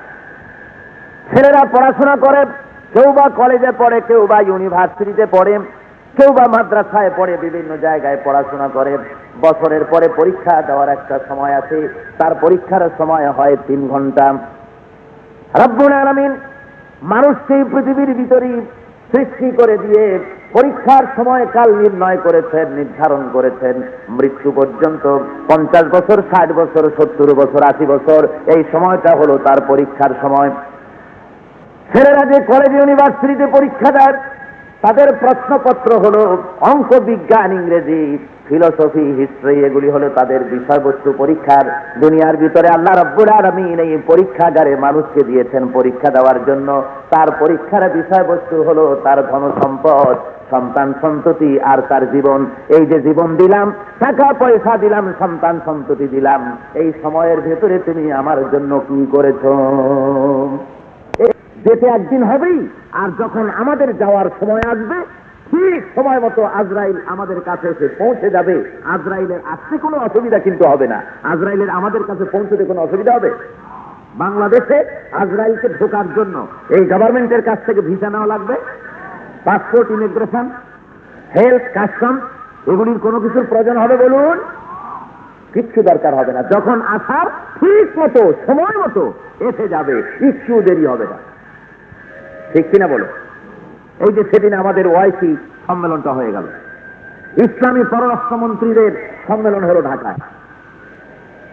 বিরাট বিল্ডিং, সংসদ ভবন, পৃথিবীতে এরকম আর 4টা আছে, এইটাকে নিয়ে 5টা। এত সুন্দর, এত মজবুত, মোস্ট মডার্ন এ ধরনের বিল্ডিং পৃথিবীতে আর নাই। মোট 5টা, তার একটা পড়েছে বাংলাদেশে। পররাষ্ট্রমন্ত্রীরা যাতে নিরাপত্তার সাথে এখানে চলাফেরা করতে পারে, তাদের সেফটি সিকিউরিটির জন্য ব্যাপক প্রহরার ব্যবস্থা করা হয়েছে। সশস্ত্র প্রহরা, তারপরে গোয়েন্দা প্রহরা, সেখানে আর্মি ইন্টেলিজেন্স আছে, এসবি আছে, আইবি আছে, এনএসআই আছে, ডিএফআই আছে, আর্মি ইন্টেলিজেন্স আছে, নানান রকমের গোয়েন্দা বিভাগের লোকেরা পাহারা দিচ্ছে। এরপরে আবার টাস্ক ফোর্স রাখা হয়েছে, যাতে করে পিঁপড়াও ঢুকতে গিয়ে অন্তত পাসপোর্ট শো করা লাগে। এত কঠোর প্রহরার ভেতরে আজরাইল আলাইহিস সালাম ঠিক সময় মতো সংসদ ভবনের মধ্যে প্রবেশ করে মালদ্বীপের ফার্স্ট সেক্রেটারিকে পিক আপ করেছে। ঠিক না? পারে নাই না? পথে আটকাই দিছিল, এয়ারপোর্টে আটকাইছে। দুনিয়ার একটা বিরাট রাষ্ট্র, একটি সুপার পাওয়ার গুলির মধ্যে অন্যতম রাশিয়া, কি বিরাট শক্তি, লেটেস্ট অস্ত্রপাতি তাদের দেশে ভরপুর। 30 মাইল জায়গা অতিক্রম করতে হলে ভিসা ছাড়া যাওয়া যায় না। নিজের দেশের মধ্যে এমন দেশ, সেই দেশের মধ্যে আল্লাহ রাব্বুল আলামিনের দূত হযরতে আজরাইল জায়গা মতো গিয়া, কি জানি নাম, আন্দ্রপাপ নাকি, এই আন্দ্রপাপকে বিদায় করে দিয়েছে। ঠিক সময় মতো গেছে, পাপ বিদায় করছে। ধরে কোন ঠিক কিনা? সেই আল্লাহ রাব্বুল আলামিন বলেন, আমি মানুষের জন্ম এবং মৃত্যুকে সৃষ্টি করেছি তাকে পরখ করার জন্য, বোঝার জন্য, জানার জন্য। আমি দেখতে চাই এই সময় কে ভালো কাজ করো আর কে খারাপ কাজ করো, সময় দিলাম। তাই বলতে চাই, পরীক্ষার হলের মধ্যে মানুষ, ছেলেরা সময় পায় 3 ঘন্টা। 3 ঘন্টার মধ্যে ছেলে কিন্তু আজে বাজে কথা বলে না, গল্প করে না, তাস খেলে না, ক্যারাম বোর্ড খেলে না, গান গায় না, কারোর সঙ্গে গল্প করে না, মাতামাতি নাচানাচি করে না। তার ধারণা 3 ঘন্টার একটা মুহূর্ত যদি আমি কোন রকম অমনোযোগী হই, তাহলে আমি পরীক্ষায় ফেল করবো, আমার লাইফ স্পয়েল হয়ে যাবে। ঠিক না? 3 ঘন্টার পরীক্ষা দিতে গিয়ে যদি ছেলে এতই চিন্তাশীল হয়ে যায় যে আমাকে পরীক্ষা যদি ফেল করি সর্বনাশ হয়ে যাবে, তাহলে এই দুনিয়ার পরীক্ষা যারা আমরা দিতেছি, দুনিয়ার বুকে পরীক্ষা দেওয়ার জন্য রব্বুল আলামিন আমাদের যাদের পাঠালেন, আমরা তো পরীক্ষার খাতা বাদ দিয়া ক্যারাম বোর্ড নিয়ে বসেছি, আমরা পরীক্ষার খাতা বাদ দিয়া চায়ের আসরে আড্ডায় বসেছি, মদের আড্ডা, জুয়ার আড্ডা, গান, থিয়েটার, বায়োস্কোপ, গুনাগার বিবি, হাজারো রকমের গানের ভিতরে মানুষ বসে গেছে, শয়তানি বদমাশির মধ্যে বসে গেছে। সময় তো চলে যেতেছে, প্রতি ঘন্টা চলে যেতেছে, সময় যেতেছে। ঘড়ির কাঁটা টং করে একটা আওয়াজ দিয়া ঘড়ির কাঁটা বলে, আল্লাহর বান্দা, তোর তো সর্বনাশ হয়ে গেল, তোর জীবনের মূল্যবান হায়াত থেকে 1 ঘন্টা যে কমে গেল। কোন করলি কি? চলে গেল, বললি কি? আমি 3 ঘন্টার পরীক্ষা দিতে গিয়ে ছেলে যদি মোটেও ফেল না হয়, তার মনের মধ্যে যদি চিন্তা থাকে যে ফেল করলে উপায় নাই, কিন্তু উপায় তো আছে। ফেল একবার করলে আবার উপায় আছে না? আছে কিনা? মেট্রিক একবার ফেল করলে আবার পরীক্ষা দেওয়ার সুযোগ আছে, সেবারও ফেল করলে আবারও পরীক্ষা দেওয়ার সুযোগ আছে।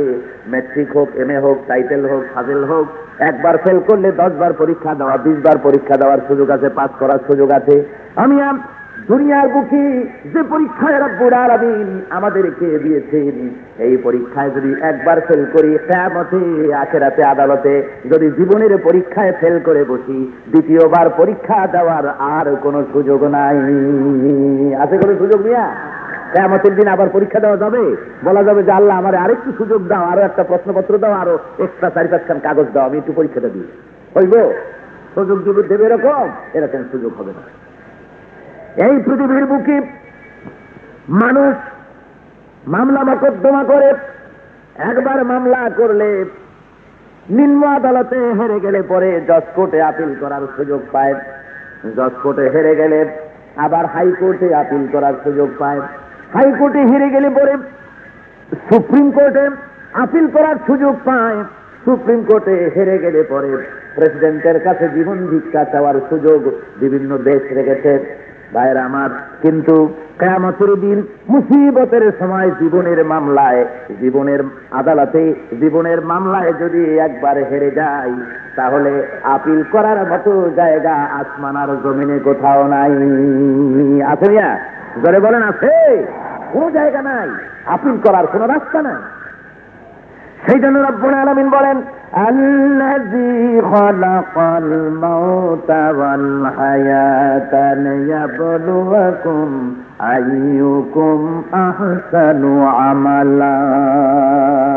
আমি মৃত্যু এবং জীবনকে উদ্ভাবন করেছি, পরখ করতে চাই তোমাদের মধ্যে কাজের দিক থেকে, আমলের দিক থেকে কে ভালো আর কে খারাপ। এই হায়াত সম্পর্কে আল্লাহ রাব্বুল আলামিন এই আয়াতের মধ্যে কতগুলি কথা এখানে পেশ করেছেন। এই আয়াত দিয়ে কতগুলি সত্য উদ্ঘাটিত হয়েছে। প্রথম সত্য যেটা উদ্ঘাটিত হয়েছে সেটা হলো জীবন এবং মৃত্যুর মালিক আল্লাহ। এই আয়াত দ্বারা আমরা বুঝি জীবন এবং মৃত্যুর মালিক কে? জীবন দেওয়ার মালিক কে? জীবন নেওয়ার মালিক কে? দুটোই আল্লাহ রাব্বুল আলামিন। ওই যে ইব্রাহিম আলাইহিস সালামের সঙ্গে ঝগড়া হয়েছিল কার? নমরুদের। কার ঝগড়া হয়েছিল? ইব্রাহিম আলাইহিস সালামের সঙ্গে নমরুদের ঝগড়া হয়েছে। নমরুদ প্রশ্ন করছে, ইব্রাহিম তোমার রবকে? ইব্রাহিম আলাইহিস সালাম জবাব দিলেন, রব্বি আল্লাযী ইউহয়ী ওয়া ইউমীত। আমার রব তিনি যিনি মৃত্যু দেন এবং জিন্দা করেন, এ ক্ষমতা তার। নমরুদ বলছে এটা তো আমিও পারি। কিরকম পারো? কই দেখো, 2 জন লোক যাচ্ছিল, ধরে আনি একটারে মেরে ফেলে দিল, আর একটারে ছেড়ে দিল। দেখো তোমার রবে যা পারে আমি তো তাই পারি, একটার হায়াত আর একটার হায়াত দারাজ করে দিলাম। ইব্রাহিম আলাইহিস সালাম বলছেন এটা তো সাংঘাতিক মাথা খারাপ, এটারে মানুষে কয় খোদা, আসলে তো খোদা না, এটা তো হুদা। কার হায়াত তুই দারাজ করলি, কার হায়াত তুই নিলি? তুই হায়াত দিতেই বাকি, নিতেই বাকি। কথাটি বুঝাবার জন্য ইব্রাহিম আলাইহিস সালাম বললেন, হে নমরুদ, আমার রবকে তুই চিনতে ভুল করেছিস, তোর বুদ্ধি নাই মাথায়। তবে আমার রবের সঙ্গে যদি তুই প্রতিযোগিতা করতে চাস, তাহলে একটা দৃষ্টান্ত তোকে সেট করতে হবে। আমার আল্লাহ তিনি তো পূর্ব দিগন্ত থেকে সূর্যকে উদিত করেন আর পশ্চিম দিগন্তে অস্তমিত করেন। তুই যদি সত্যি রব হস, তাহলে আজকের একদিনের জন্য সূর্যটা পশ্চিম দিক থেকে একটু উঠাইয়া দেখা।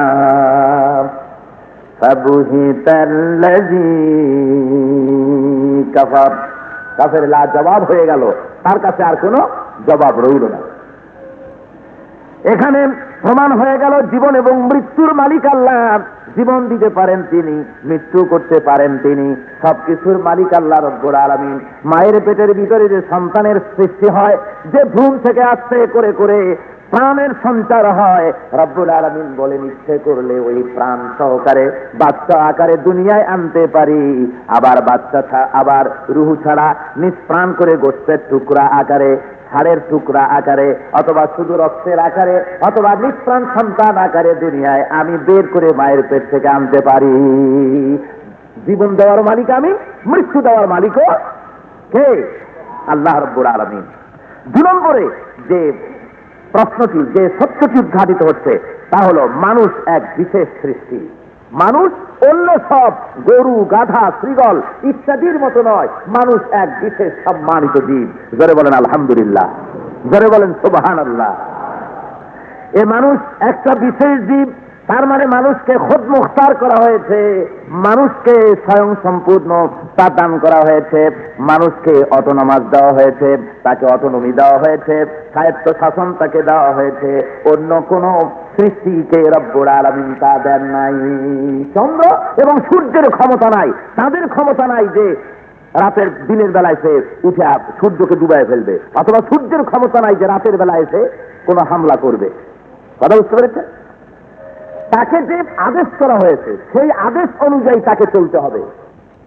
ফেরেশতা, চাঁদ, সূর্য, গ্রহ, নক্ষত্র, সৌররাজি, নবমণ্ডল, ভূমণ্ডল সব আল্লাহর হুকুম মেনে চলতে।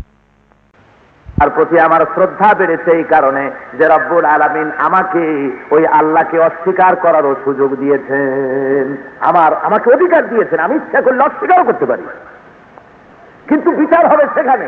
দুনিয়ার বুকে আমাকে যে অধিকার দেওয়া হয়েছে অস্বীকার করার, সেই জন্য আমি রব্বুল আলামিনের সামনে আনুগত্যের মস্তককে অবনত করে দিলাম। সুবহানাল্লাহ।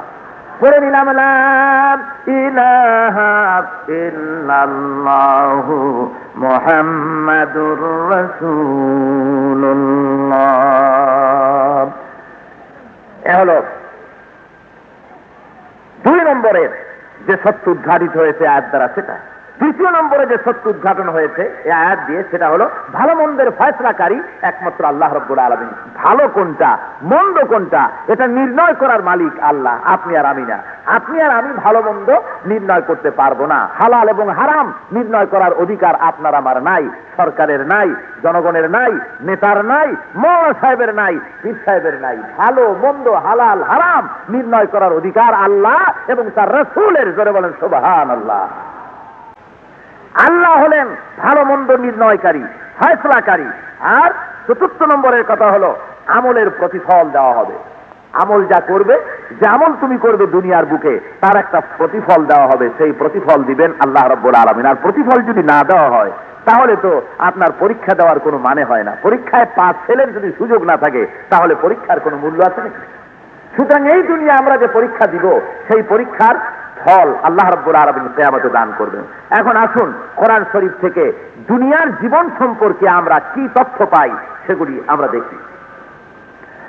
আল্লাহ রাব্বুল আলামিন এই দুনিয়ার জীবন সম্পর্কে মানুষকে হুঁশিয়ার করে দিতেছেন, ইন্না ওয়াদাল্লাহি হাক্কুন ফালা তাগুররান্নাকুমুল হায়াতুদ দুনিয়া ওয়ালা ইয়াগুররান্নাকুম বিল্লাহিল গরুর। আখিরাত সম্পর্কে খোদার ওয়াদা সত্য, সুতরাং এই দুনিয়ার জীবন যেন তোমাকে ধোকায় ফেলে না দেয়। এই সুন্দর বাড়ি, সুন্দর গাড়ি, জায়গা জমিন, সুন্দরী স্ত্রী তোমাকে যেন ধোকায় ফেলে না দেয়। আমাদেরকে তো টাকা পয়সা, সুন্দরী স্ত্রী, জায়গা জমিন, বাড়ি গাড়ি, চাকরি, ব্যবসা আমাদের ধোকায় ফেলে দিয়েছে, ঠিক না? জোরে বলেন ঠিক কিনা? বিরাট ধোকার মধ্যে পড়ে গিয়েছি। পৃথিবী হলো একটা ওয়েটিং রুম, পৃথিবী হলো একটা কি বিশ্রামাগার, ওয়েটিং রুম। ওয়েটিং রুমে আমরা আসছি, ওয়েটিং রুমের ভিতরে আমরা বসেছি। একটু পরে হাজরাতে আজরাইল আসবেন টিকিট নিয়ে, টিকিট কেটে দিবেন আর গাড়িতে উঠতে হবে, কবরের গাড়িতে। ওই গাড়ি দুনিয়া থেকে ছাড়বে, কিয়ামত পর্যন্ত চলবে, হাসরের ময়দানে পৌঁছায় দেবে। টিকিট মাস্টার হলেন হযরতে আজরাইল আলাইহিস সালাম। এখন আমরা করছি কি, ওয়েটিং রুমে গিয়ে বসছি। এই যে চিটাগং রেলওয়ে স্টেশনের একটা ওয়েটিং রুম আছে, আছে না? আছে কিনা? এখন আপনি ঢাকাগামী প্যাসেঞ্জার, ওয়েটিং রুমে গিয়া, ফার্স্ট ক্লাস প্যাসেঞ্জার, আপনি ওয়েটিং রুমে গিয়ে বসছেন। বসে দেখেন মাশাআল্লাহ একেবারে বেতের ইজি চেয়ার, সিট হয়ে শোয়া যায়, বসাও যায় না, আরামে সিট হওয়া যায়। তারপরে ফ্যান ঘুরতেছে, টেবিলগুলো গোল গোল, কি সুন্দর কায়দা, দেখা আপনার মায়া লেগে গেল। ঢাকা যাই আর করবো কি, এখানেই থাকি, ঢাকা যায় লাভ কি, এত সুন্দর চেয়ার কে ঢাকায় পাবো নাকি, এই মনে করে বেতের চেয়ারে আরাম করে ফ্যান দুটা বিছাই দিয়ে সিট হয়ে শুয়ে আছে। কিছুক্ষণ পর মনে করলো এই এখান থেকে একটু রং পড়ে গেছে, একটু ভালো করে লেপ দিয়ে বাজারে গিয়ে কিছু রং টং আনিয়া ওয়েটিং রুমের দেওয়াল সুন্দর করে সেন্সিটিভ পেইন্ট দিয়ে সুন্দর করে পেইন্টিং করা শুরু করলো। তারপরে টেবিলের উপরে টেবিল ক্লথ লাগালো, চেয়ারের উপরে কভার লাগালো, ফোমের গদি এনে দিল। কেউ যদি এইভাবে ওয়েটিং রুম সাজানোর কাম শুরু করে, ঢাকায় যাওয়ার টিকিট টুকিট সবকিছু বাদ দিয়া, এই লোকটারে আপনারা কি ফতোয়া দেবেন? কি ফতোয়া দিবেন? তাহলে এবার নিজেদের ফতোয়াটা দেন। এই পৃথিবীর বুকে আমরা যারা ওয়েটিং রুমের মধ্যে বসে আছি, পৃথিবীর এই বিশ্রামাগারে যারা বসে আছি, একটার পর আর একটা দালান বাড়াবার তালে আছি, ব্যবসা একটার পর আর একটা, গাড়ি একটার পর আর একটা, সুন্দর করে আরো রং করি, আরো সুন্দর করে সাজাই, আরো সুন্দর করে সাজাই, আরো ভালো চাই, আরো ভালো খাবার চাই, আরো বিল্ডিং চাই, আরো ব্যবসা চাই। এমনি করে এই দুনিয়ার বুকে, এই দুনিয়া সাজাবার কাজে আমরা যারা ব্যস্ত আছি, আমাদের সম্পর্কে ফতোয়া কি হওয়া উচিত? কি ফতোয়া উচিত? পাগল, এবার একটু আসতে বলছেন যেহেতু গায়ে লাগে। ঢাকাগামী ট্রেনে যখন আপনি উঠবেন, ওয়েটিং রুম খুব সাজাইছেন, ঢাকাগামী ট্রেন এসে গেছে, এখন তো আপনি আর বসে থাকতে পারবেন না, ট্রেনে ওঠা লাগবে, লাগবে না? ট্রেনে আপনি উঠবেন, কিন্তু যে চেয়ারটা সাজাইছিলেন, ফোমের গদি লাগাইছিলেন, কভার লাগাইছিলেন, চেয়ারটা কি আপনি নিতে পারবেন? চেয়ারটা নিতে পারবেন? টেবিলটা নিতে পারবেন? ফ্যানটাকে নিতে পারবেন? টেবিল ক্লথটাকে নিতে পারবেন? কিছুই নিতে পারবেন না। ওয়েটিং রুমে সবই পড়ে থাকবে, শুধু আপনার ব্যাগটা, হাত ব্যাগটা হাতে নিয়ে চলে যাবেন। সুতরাং এই দুনিয়ার দালান কোঠা, বাড়ি গাড়ি, জায়গা জমিন, ব্যবসা বাণিজ্য কিছুই সাথে যাবে না, কিছুই সঙ্গে করে নেওয়া যাবে না। সঙ্গে যাবে শুধু মার্কিন সাদা ওই কয়েক গজ কাপড়, পুরুষের 3খানা, নারীর 5খানা, এই কাপড় টুকুন ছাড়া সঙ্গে আর কিছুই নেওয়া যাবে না। যাবে নাকি? রব্বুল আলামিন বলেন, এই জন্য আমি তোমাদের বলতেছি, ওই পরকালের যে জীবনটা, সেই জীবন আমি বলতেছি এটা হক, সত্যই সেটা হবে। সুতরাং এই দুনিয়ার জীবন যেন তোমাকে ধোকায় ফেলে না দেয়। আল মালু ওয়াল বানুনা যিনাতুল হায়াতিদ দুনিয়া। মাল, ধন সম্পদ, সন্তান সন্ততি, এগুলো পার্থিব সুখ সৌন্দর্য। এই পার্থিব সুখ সৌন্দর্যের মায়ায় আখিরাতের দিনটাকে ভুলে যেও না। নিজের পরীক্ষা দিতে ভুল করো না, খাতায় রসগোল্লা পড়বে। রসগোল্লা বলছেন তো, গোল গোল পড়বে। কিছুই যদি খাতায় আপনি না লেখেন তো নাম্বারটা পাবেন কোথায়? এ দুনিয়া পরীক্ষা দেওয়ার জায়গা। মহান আল্লাহ রাব্বুল আলামিন বলেন, এই দুনিয়ার বুকে আমলের দিক থেকে সবচেয়ে ক্ষতিগ্রস্ত কে? আমি কি তোমাদেরকে তার খবর বলবো না? শোনো দুনিয়ার মানুষ, আমি তোমাদেরকে চিনায় দেই, আমলের দিক থেকে এই পৃথিবীর বুকে ক্ষতিগ্রস্ত সবচাইতে কে? কুল হাল নুনাব্বিউকুম বিল আখসারিনা আমালা আল্লাযীনা দাল্লা সা'য়ুহুম ফিল হায়াতিদ দুনিয়া ওয়া হুম ইয়াহসাবুনা আন্নাহুম ইউহসিনুনা সুনআ। আমলের দিক থেকে সবচেয়ে ক্ষতিগ্রস্ত ব্যক্তি তোমাদের মধ্যে তারা, যারা নাকি দুনিয়ার জিন্দেগিতে যারা ভ্রষ্ট পথে চলেছে, খারাপ পথে, আর মনে করছে ভালো পথে চলতেছি। বুঝলে? চলতেছে কোন পথে? চলতেছে খারাপ পথে, আর মনে করতেছে ভালো পথে চলতেছি। রব্বুল আলামিন বলেন, এরা হলো দুনিয়ায় সবচাইতে নিকৃষ্ট মানের, এরাই হলো পৃথিবীর বুকে সবচাইতে ক্ষতিগ্রস্ত। যারা চোখ থাকতে দেখলো না, অন্তঃকরণ থাকতে তারা বুঝলো না, কান থাকতে শুনলো না, বিবেক থাকতে বিবেচনা করলো না। রব্বুল আলামিন বলেন, উলাইকা কাল আনআম, এরা চতুষ্পদ জানোয়ারের মতো। এরা কি? চতুষ্পদ জানোয়ারের মতো, জন্তুর মতো। রব্বুল আলামিন বলেন, শুধু জানোয়ার বললেই হবে না, বাল হুম আদাল, বরং চতুষ্পদ জানোয়ারের চাইতে আর নিকৃষ্ট, যারা নাকি এই দুনিয়ার জীবনে ফুর্তি করে গেল, আনন্দ করে গেল, দুনিয়ার উপরে কোনো চিন্তাই করলো না যে তার লক্ষ্য কি, উদ্দেশ্য কি, কোথায় তার যেতে হবে, তার শেষ কোথায়, এ সম্পর্কে কোনো চিন্তা ভাবনা করলো না।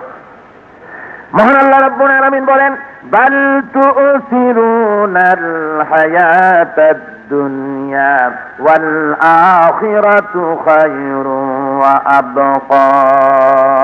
তোমরা পার্থিব জীবনকে অগ্রাধিকার দিয়েছো, পার্থিব জীবনকেই সবচাইতে বেশি মনে করেছো, অথচ পরকালটা হলো চিরস্থায়ী, সেখানে তোমাদের চিরদিন থাকতে হবে। মাঝখান থেকে হাঁটেন দেন।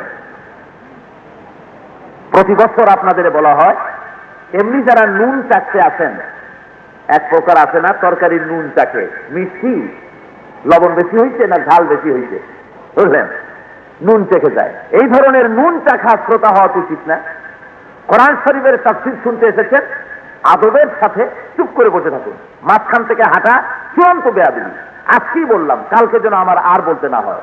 যাদের কাজ আছে, বাড়ি যাওয়া লাগবে, পেশাব পায়খানা করা লাগবে, আল্লাহর রাস্তে এক কোনায় বসবেন, মাঝখানে হাঁটিয়া বেয়াদবি করে, কোরআন শরীফের সাথে বেয়াদবি করে গুনার বোঝা মাথায় নিয়ে যেতে কেউ চেষ্টা করবেন না। মনে থাকবে আপনাদের? মনে থাকে যেন, কেউ এই বেয়াদবি করার দুঃসাহস পোষণ করবেন না। শয়তান চায় না যে আল্লাহর কালাম শুনে কেউ সঠিক পথে পরিচালিত হোক, সুতরাং কানে ধরে টানতে থাকে, একটা উঠায় সাথে আরো দুইটা উঠায় দেয়। সুতরাং শয়তানকে খুশি করবেন না আল্লাহকে খুশি করতে চান? সাবধান, শয়তানকে খুশি করার জন্য মাহফিলে আসা উচিত নয়, বরং আল্লাহকে খুশি করার জন্য আসা উচিত। আল্লাহ রাব্বুল আলামিন বলেন, এই দুনিয়ার বুকে তোমরা এই পৃথিবীর সামান্য সময়টাকে নিজেদের জন্য বিরাট বলে মনে করেছো, অথচ পরকালের দিন রয়েছে অনেক বিরাট। পরকালের দিনটা অনেক বড়, এই পৃথিবীর চাইতে অনেক বড়। না ছোট? কত বড়, কত বড় পরকালের দিনটা, কত বড়। কোরআন শরীফের মধ্যে রব্বুল আলামিন বলেন, শুধু একদিনের কথা বলি, সব দিনের কথা বলবো না, একটা দিনের কথা বলি, যেদিন তোমাদের বিচার হবে, যেদিন হাসর হবে, বিচারের দিনটা কত বড় হবে সেইটা শুধু শোনো। যেদিন পৃথিবীবাসীদের বিচার হবে, দুনিয়ার বুকে তোমরা যেমন সেকেন্ড দিয়া মিনিট গোনো, মিনিট দিয়া তোমরা দিন গোনো, দিন দিয়া সপ্তাহ গোনো, সপ্তাহ দিয়া মাস গোনো, মাস দিয়া বছর গোনো, এমনি করে 100 বছর, 200 বছর, 1000 বছর দুনিয়ার গণনায়, তোমাদের দুনিয়ার গণনায় 50,000 বছর যত বড় লম্বা, কিয়ামতের দিন তোমাদের যেদিন বিচার হবে, ওই বিচারের দিনটা দুনিয়ার 50,000 বছরের মতো লম্বা হবে। জোরে বলেন সুবহানাল্লাহ। এত বড় বিরাট একটা দিন হবে, বিচারের দিন। তারপরে যখন ফয়সালা হয়ে যাবে জান্নাত এবং জাহান্নামে, সে ফয়সালা হয়ে যাওয়ার পর দোজখে কত বছর থাকা লাগবে আর বেহেশতে কত বছর থাকা লাগবে, সেই পরকালের জীবনটা কত বড় লম্বা, সে কথা কোরআন শরীফেও নাই, হাদিস শরীফেও নাই।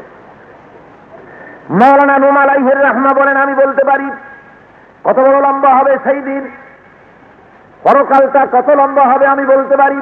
এই পৃথিবী ভর্তি সরিষার দানা যদি হয় আকাশ পর্যন্ত উঁচা, আর 7 আকাশের পরে যদি থাকে একটা পাখি, ওই পাখিটা জমিনের উপরে এসে একটা দানা নিয়ে গিয়ে 7 আকাশের উপরে রেখে দিল, 70,000 বছর বিশ্রাম করলো,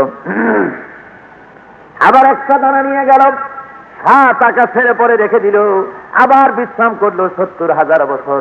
মাওলানা রুম বলেন, এমনি করে 70,000 বছরের বিরতিতে দুনিয়া থেকে সমস্ত সরিষাগুলি নিতে নিতে আকাশের উপরে যদি সব নিয়ে যাওয়া হয়ে যায়, মানুষের জন্য রব্বুল আলামিন যে পরকালের জীবন তৈরি করেছেন, এই পরকালের জীবন শেষ হবে না। এত বড় বিরাট একটা জীবন, সেই জীবনের জন্য কি করলে, কি তৈরি করেছো? কবি বলছে, আগাহ আপনে মौत से कोई बशर नहीं, आगाह अपने मौत से कोई बशर नहीं, सामन तो बरसते हैं पर की खबर नहीं। একটা পলকের খবর নাই। মাহফিল থেকে উঠে বাড়ি যাওয়া যাবে বলতে পারবেন কেউ? পারবেন না, বলা যাবে না। বাড়ি তো দূরের কথা, বসছেন উঠতে পারবেন কিনা, আমি উঠতে পারবো কিনা আপনার আমার কারো জানা নাই, ঠিক কিনা? সুতরাং আমাদের যখন একটা পলকের খবর নাই, জানি না, সেই সময় নিঃশ্বাসের বিশ্বাস নাই, পলকের খবর নাই, কিন্তু দুনিয়ার ব্যাংকগুলিতে শত বছরের খাদ্য খাবার টাকা পয়সা জমা করে রাখা হয়েছে, 14 গোষ্ঠীতে যা খাবে তাও জমা করা হয়েছে। ব্যাংকের মধ্যে টাকার অভাব নাই, ব্যবসায় টাকার অভাব নাই, টাকা কড়ি সব জোগাড় করা হয়েছে, কিন্তু পরকালের জন্য কিছুই করা হয় নাই। এই জন্য রব্বুল আলামিন এই গাফেল মানুষগুলিকে হুঁশে আনার জন্য, অবচেতন মানুষগুলিকে সচেতন করার জন্য আল্লাহ বলছেন, আল্লাযী খালাকাল মাউতা ওয়াল হায়াতা লিয়াবলুয়াকুম আইয়ুকুম আহসানু আমালা।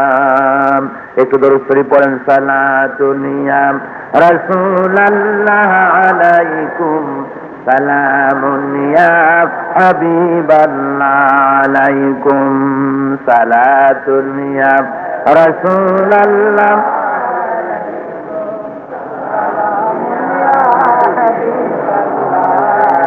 মোহাম্মতের সাথে জোরে সরে পড়েন, সালাতুন ইয়া।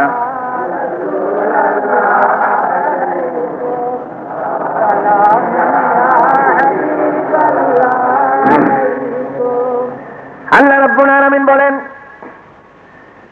মা হাযিহিদ দুনিয়া ইল্লা লাহবুন ওয়া লাইবুন ওয়া ইন্নাদ দারাল আখিরাতা লাহিয়াল হায়ান। আল্লাহ রাব্বুল আলামিন বলেন, এ দুনিয়া নিছক একটা খেল তামাশার জায়গা, এ দুনিয়া একটা খেল তামাশা ছাড়া আর কিছুই নয়।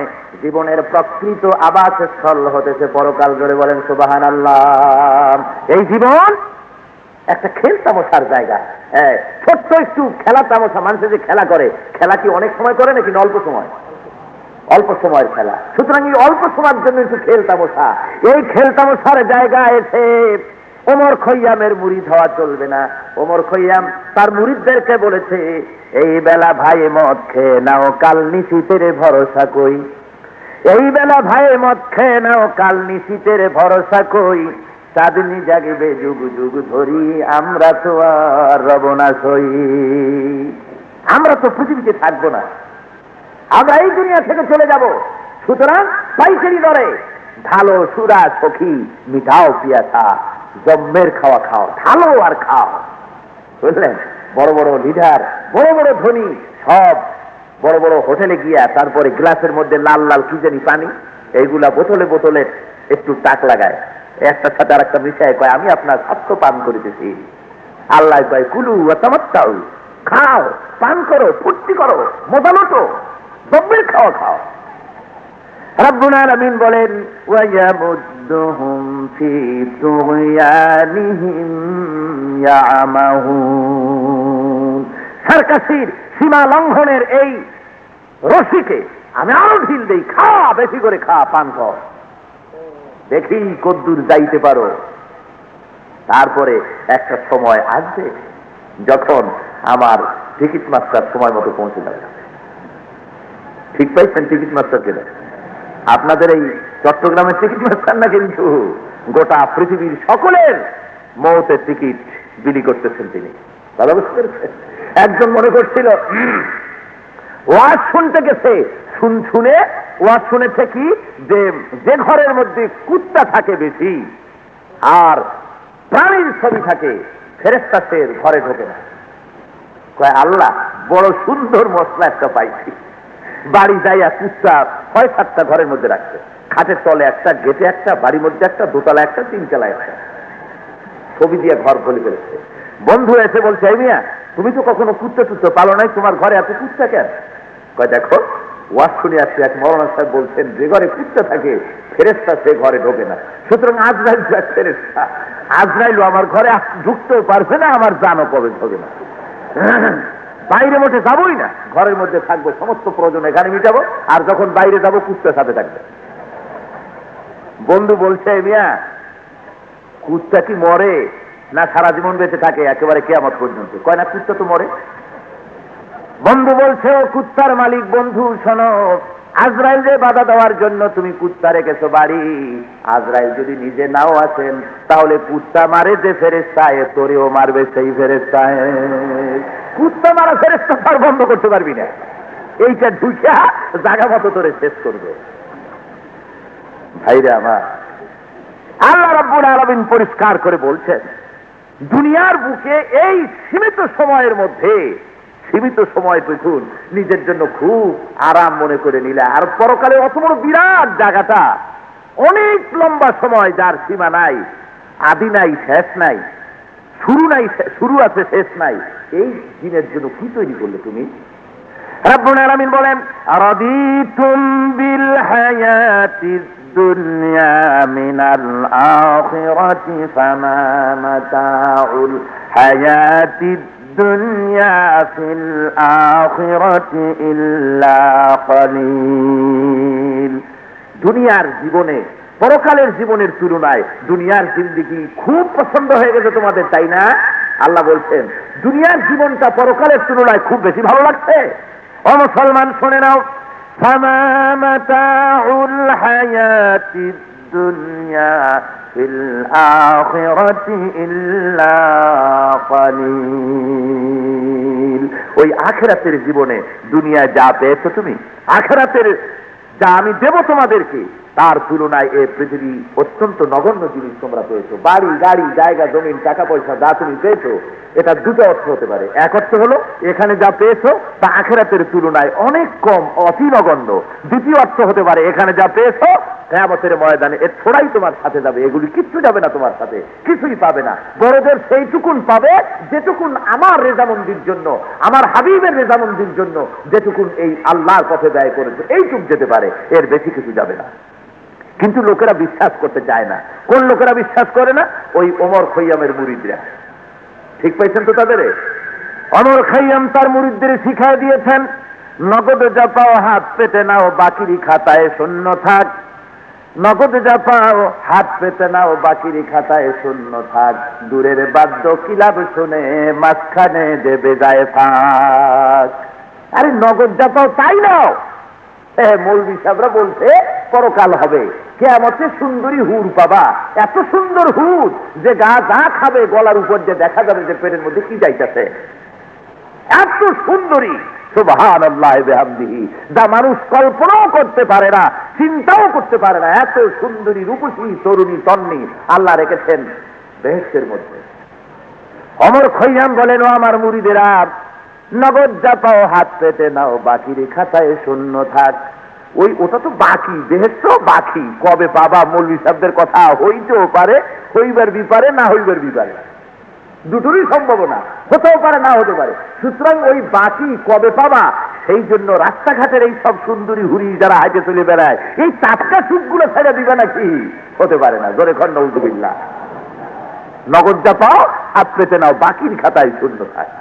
সুতরাং নগদ নগদ পাবার জন্য লোকেরা পাগল হয়ে এই পথে অগ্রসর হতেছে।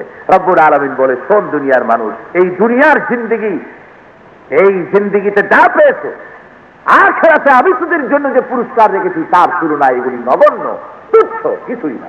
সুতরাং সেই বিরাট জিনিস পাওয়ার জন্য তৈরি হয়ে যা। সেই জিনিস পাওয়ার জন্য অতএব রব্বানি, মাহবুব সুবহানি, গৌসে সামদানি, শেখ মহিউদ্দিন বড় পীর হযরতে আব্দুল কাদের জিলানী রাহমাতুল্লাহ আলাইহ, তিনি বলতেন, আখেরি রজনীতি, শেষ রাতে তাহাজ্জুদের নামাজের পরে যে রাজত্বের সন্ধান আমি লাভ করেছি, তাহাজ্জুদের নামাজ পড়ে যে রাজত্বের সন্ধান আমি পেয়েছি, ওইটা যদি কেউ বলে যে তাহাজ্জুদের ওই রাজত্বের সন্ধান আপনি বাদ দিয়ে দেন, ওই সময়টুকুন জায়গা বাদ দিয়ে দেন, দুনিয়ার রাজত্ব আপনাকে দিয়ে দেওয়া হবে। বড় পীর সাহেব কেবলা বলেন, তাম পৃথিবীর রাষ্ট্রের যদি মালিক আমারে বানায় দেওয়া হয়, আমি তবুও আখিরি রাতে যে জগতের সন্ধান পেয়েছি তার 1000 ভাগের 1 ভাগও আমি ছেড়ে দিতে পারি না। ওইটা হলো সবচেয়ে বড়। দুনিয়ায় যা পেয়েছো খুবই নগণ্য, খুবই তুচ্ছ। সুতরাং আল্লাহ রাব্বুল আলামিন পরিষ্কার পরিষ্কার করে বলছেন, আল্লাযী খালাকাল মাউতা ওয়াল হায়াতা লিয়াবলুয়াকুম আইয়ুকুম আহসানু আমালা। আমি মৃত্যু এবং জীবনকে উদ্ভাবন করেছি কিসের জন্য? পরখ করার জন্য, পরীক্ষার জন্য, কে তোমরা ভালো কাজ করো, কে তোমরা মন্দ কাজ করো। এই পৃথিবীর বুক থেকে একদিন হায়াত সম্পর্কে জানলাম, মওত সম্পর্কে আল্লাহ কোরআন শরীফে কি বলেন তাও আমাদের জানা দরকার। আল্লাহ বলছেন, শোনো, কুল্লু নাফসিন যায়িকাতুল মাউত সুম্মা ইলাইনা তুরজাউন। প্রত্যেক জীবের এখান থেকে বিদায় হতে হবে, মৃত্যুর স্বাদ সকলকেই চাকতে হবে, আর আমার কাছে সকলকে ফিরে আসতে হবে। এই কথা জানার পরেও তোমরা কেন বিভিন্ন জায়গায় বিরাট বিরাট স্মৃতি স্তম্ভ, বিরাট বিরাট সৌধ এগুলি তোমরা রচনা করতেছো? আতাবনুনা বিকুল্লি রিইন আয়াতান তাবাসুনা ওয়া তাত্তাখিযুনা মাসানিআ লাআল্লাকুম তাখলুদুন। তোমরা কি প্রতিটি উঁচু জায়গায় নিষ্ফল স্মৃতিস্তম্ভ তৈরি করছো? কি জন্য? সম্ভবত তোমরা মনে করতেছো যে এখানে চিরস্থায়ী তোমরা বসবাস করবে। বিরাট বিরাট স্মৃতিস্তম্ভ, বিরাট বিরাট 8তলা 10তলা বিল্ডিং ইত্যাদি নির্মাণ করছো, ভেবেছো নাকি যে চিরকাল এখানে বসবাস করতে পারবে? আল্লাহ বলছেন, না, একদিন আমার কাছে তোমাদের সকলকে ফিরে আসতে হবে, আর নিরর্থক আমি তোমাদেরকে তৈরি করি নাই, আমার কাছে আসতেই হবে। আইনামা তাকুনু ইউদরিকুমুল মাউত ওয়ালাউ কুনতুম ফী বুরুজিম মুশাইয়াদা। আল্লাহ রাব্বুল আলামিন বলেন, যেখানেই থাকো না কেন, সুরক্ষিত দুর্গের ভিতরে যদি পালায় থাকো না কেন, সেখানেও বাঁচতে পারবে না। মরণ থেকে পালাও তুমি, মরণ তোমায় লইবে ঘিরে। যদিও সুদূর আকাশ পানে লুকাও সেথায় লাগিয়ে সিঁড়ি। এ মহারোগের চিকিৎসক নাই, নাই সে ঔষধ জগতে। খুঁজিয়া কাতর হইলে কি হবে, পারিবে না তারে ফিরাতে। এর ঔষধও নাই, এর চিকিৎসকও নাই, আর পালাবারও জায়গা নাই, মৃত্যু হবেই। কি ভাই, বৃষ্টি পড়ছে নাকি? বৃষ্টি পড়ছে। আল্লাহ বৃষ্টি দূরও করে দিতে পারে না, আপনারা ঘাবড়ান কেন? আল্লাহ তো দূর করে দিতে পারেন। আমরা কি গান শুনতে আসছি? কি শুনতে আসছি? আল্লাহর কালাম। আল্লাহ যদি ইচ্ছে করেন আমাদের শোনার সুযোগ দিতে পারেন, না পারেন না? সুতরাং ইমানি দুর্বলতার পরিচয় দিবেন না, মহব্বতের সাথে জিকির করেন, লা ইলাহা ইল্লাল্লাহ, লা ইলাহা ইল্লাল্লাহ। জোরে, লা ইলাহা ইল্লাল্লাহ, লা ইলাহা ইল্লাল্লাহ, লা ইলাহা ইল্লাল্লাহু মুহাম্মাদুর রাসূলুল্লাহ। জোরে বলেন, লা ইলাহা। ভাইরা আমার, বুঝতে পারলাম আল্লাহর কথা অনুযায়ী পলাইয়া আমরা কোন জায়গায় রক্ষা পাবো না, মরা লাগবেই। ঠিক কিনা? কথাটা বুঝে আসছে? কোন জায়গায় পৃথিবীর এমন কোন কি জায়গা আছে যেখানে আত্মগোপন করব অথচ আজরাইল আমাদের দেখবে না? আছে এমন জায়গা? মরা লাগবেই। তাহলে সম্রাট শাহজাহান, তিনি একবার শিকারে যাচ্ছিলেন, 3 জন দাসী ছিল তার। দাসীরা বানা ধরেছে সম্রাটকে যে আমাদের সাথে নিয়ে যেতে হবে। একজনের নাম হলো জাহান বিবি, আরেকজনের নাম হায়াত বিবি, হায়াতুন নিসা, আরেকজনের নাম ফানা বিবি। 3 দাসী এসে বলছে, জাহাপানা আমাকে নিতেই হবে। ও বলছে আমারে নেন, এ বলছে আমারে নেন। সম্রাট মুশকিলে পড়ে গেছে, বলছে আচ্ছা নিতে পারি। তোমাদের 3 জনের মধ্যে আমাকে যে ভালো শের শোনাতে পারবে, ভালো কবিতা শোনাতে পারবে, আমি তার সাথে নেব। এখন যার নাম হায়াত, হায়াত বিবি বলতেছে, তুষায় হে জাহা হ্যাঁ হায়াত জরুর, হায়াত নবাসাত সে বাসাত জরুর। সম্রাট, আপনার নাম শাহজাহান, আপনি দিল্লির শহর, ভারতের শহর, বিরাট এলাকার আপনি সম্রাট, আপনার জন্য হায়াত দরকার। হায়াত যদি না থাকে আপনি তো রাষ্ট্র চালাইতে পারবেন না। আমার নাম হায়াত, সুতরাং আমাকে সাথে নেন। জাহান বিবি বলছে সর্বনাশ, ও তো বাজিবাদ করলো। জাহান বিবি বলতেছেন তুষা হে জাহা হ্যাঁ জাহারা বগির জাহারা বদিগর মদা আমির। হে সম্রাট, আপনার নাম শাহে জাহান, আপনি সম্রাট, রাজত্ব করা আপনার দরকার। জাহান যদি না থাকে, দুনিয়া যদি না থাকে, জমিন যদি না থাকে, তাহলে আপনি রাজত্ব করবেন কই? আমার নাম জাহান, আমি থাকলে না আপনি আছেন, সুতরাং আমাকে সাথে না। যার নাম ফানা বিবি, সে দেখলো যে সবাই তো বাজিমাত করলো, কারে নাই, সুতরাং এবার আমার কথা বলি। ফানা বিবি বলতেছে জাহান হায়াত হুমাবে উফাম, জাহান হায়াত হুমাবে উফাম, ফানারা তলবুকুন কে আখের ফানা। হে সম্রাট, জাহান শেষ হয়ে যাবে, হায়াত ফানার সাথে নেন, আর কিছু থাকবে না, রাজত্ব থাকবে না, হায়াতও থাকবে না, আমাকেই সাথে নেন।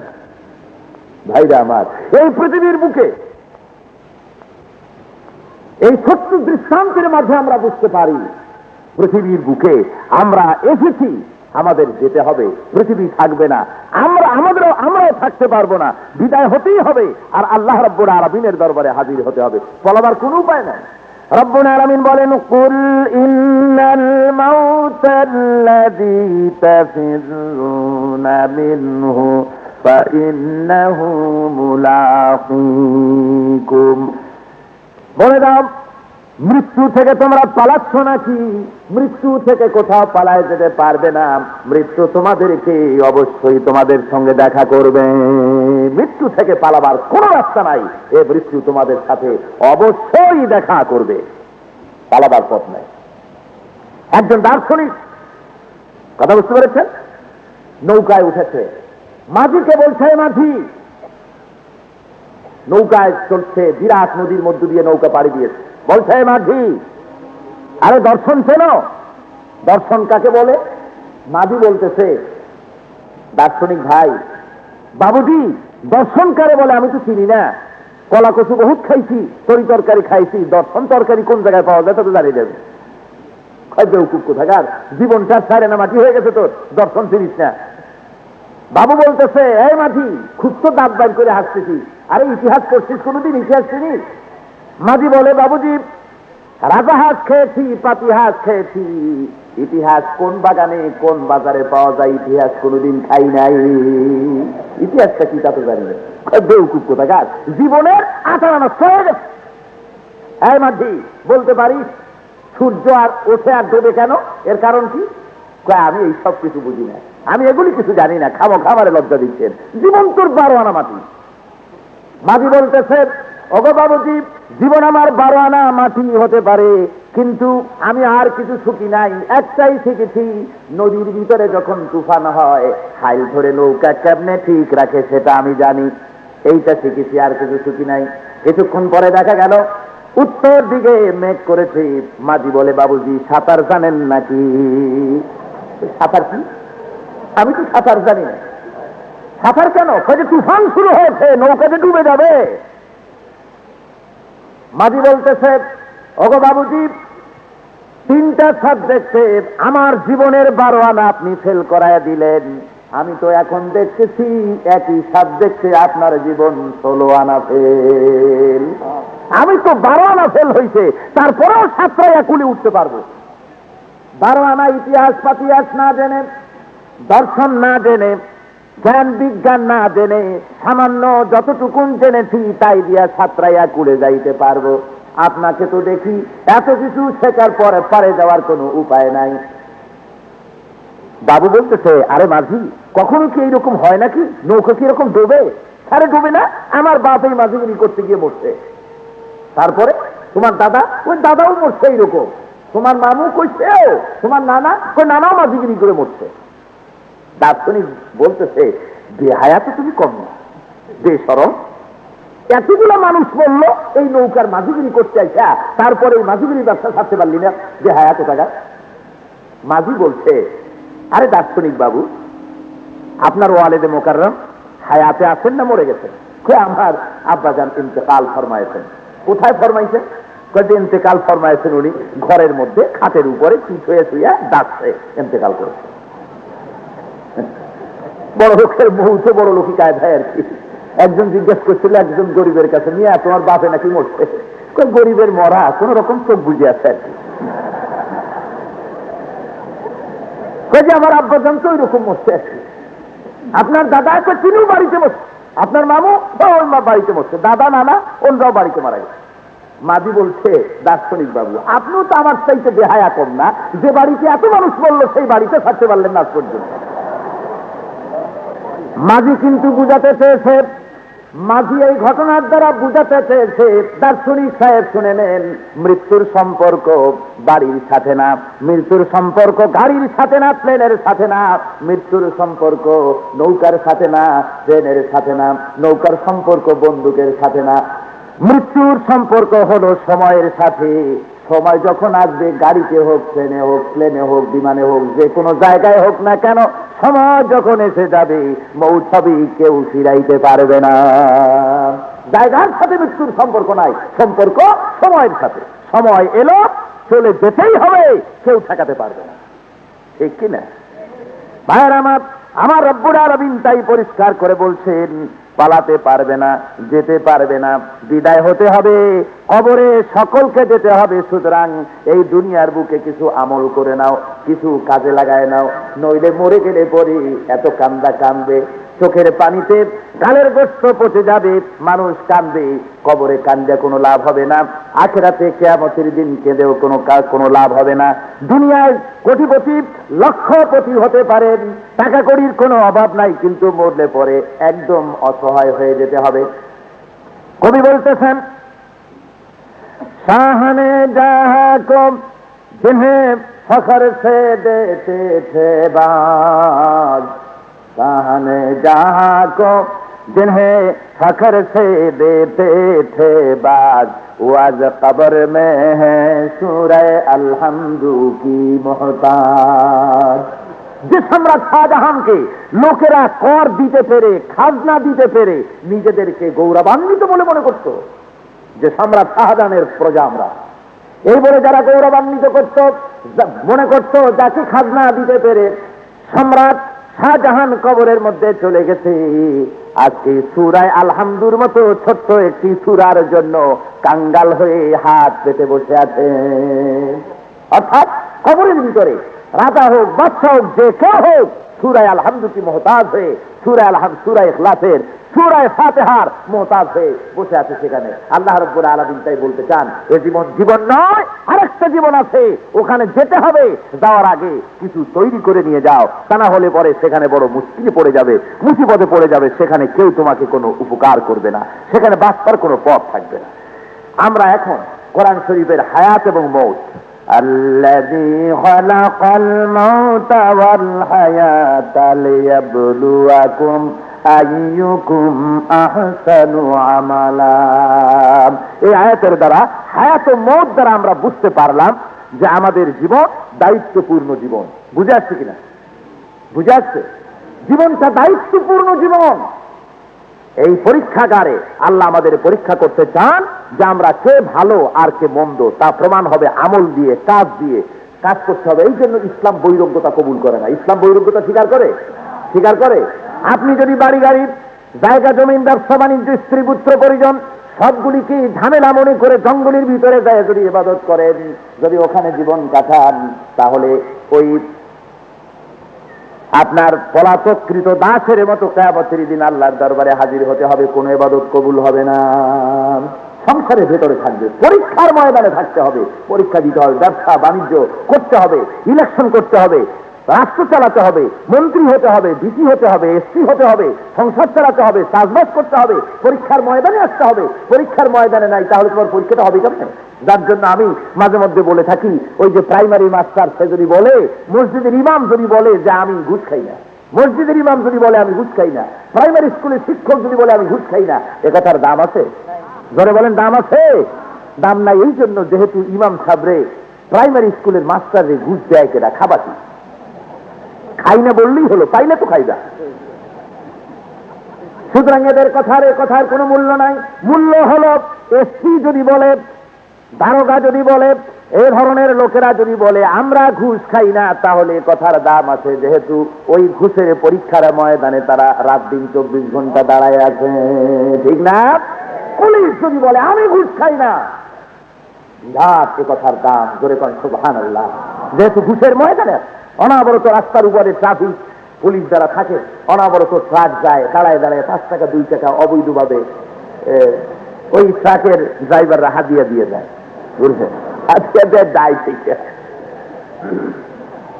এখন পুলিশ যদি বলে আমি খাই না, তার কথার দাম আছে, জোরে কোন সুবহানাল্লাহ।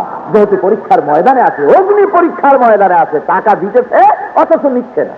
সে বলবে, মনে মনে ধারণা করবে গভর্নমেন্টের কেউ দেখে না, কোন নেতা দেখে না, পাতি নেতা ছাতি নেতা কেউ দেখে না, উপমন্ত্রী পাতিমন্ত্রী নেতা সেনা কেউ দেখে না, কিন্তু আল্লাহ দেখতেছে। কে দেখতেছে?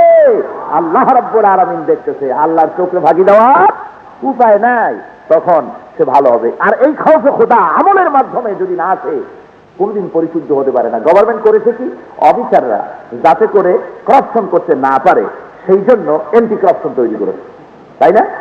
এখন এন্টি করাপশন ডিপার্টমেন্টে আছে যারা আছে, তারা যদি করাপশন করে, সেই জন্য এন্টি করাপশন। এখন এন্টি করাপশন যদি কোনো করাপশন করে, তাহলে এন্টি করাপশন। এখন এদেরকে এক একজনকে এক এক ডিপার্টমেন্টকে সংশোধন করার জন্য, দেখাশোনা করার জন্য এন্টি করতে করতে একেবারে এখানে ঢাকা পর্যন্ত যাওয়া লাগবে। আল্লাহ কয় যে এইভাবে হয় না, চরিত্র সৃষ্টির মাধ্যমে হয়, আমল তৈরির মাধ্যমে হয়। আমল যদি ভালো হয়, তাহলে কিয়ামতের দিন তুমি নাজাত পাবে। আমল খারাপ হবে, নাজাত পাবে না। হায়াত এবং মওত দুটি স্টেশন, স্টার্ট হয়েছে হায়াত থেকে, আর মওতে গিয়ে শেষ হয়েছে।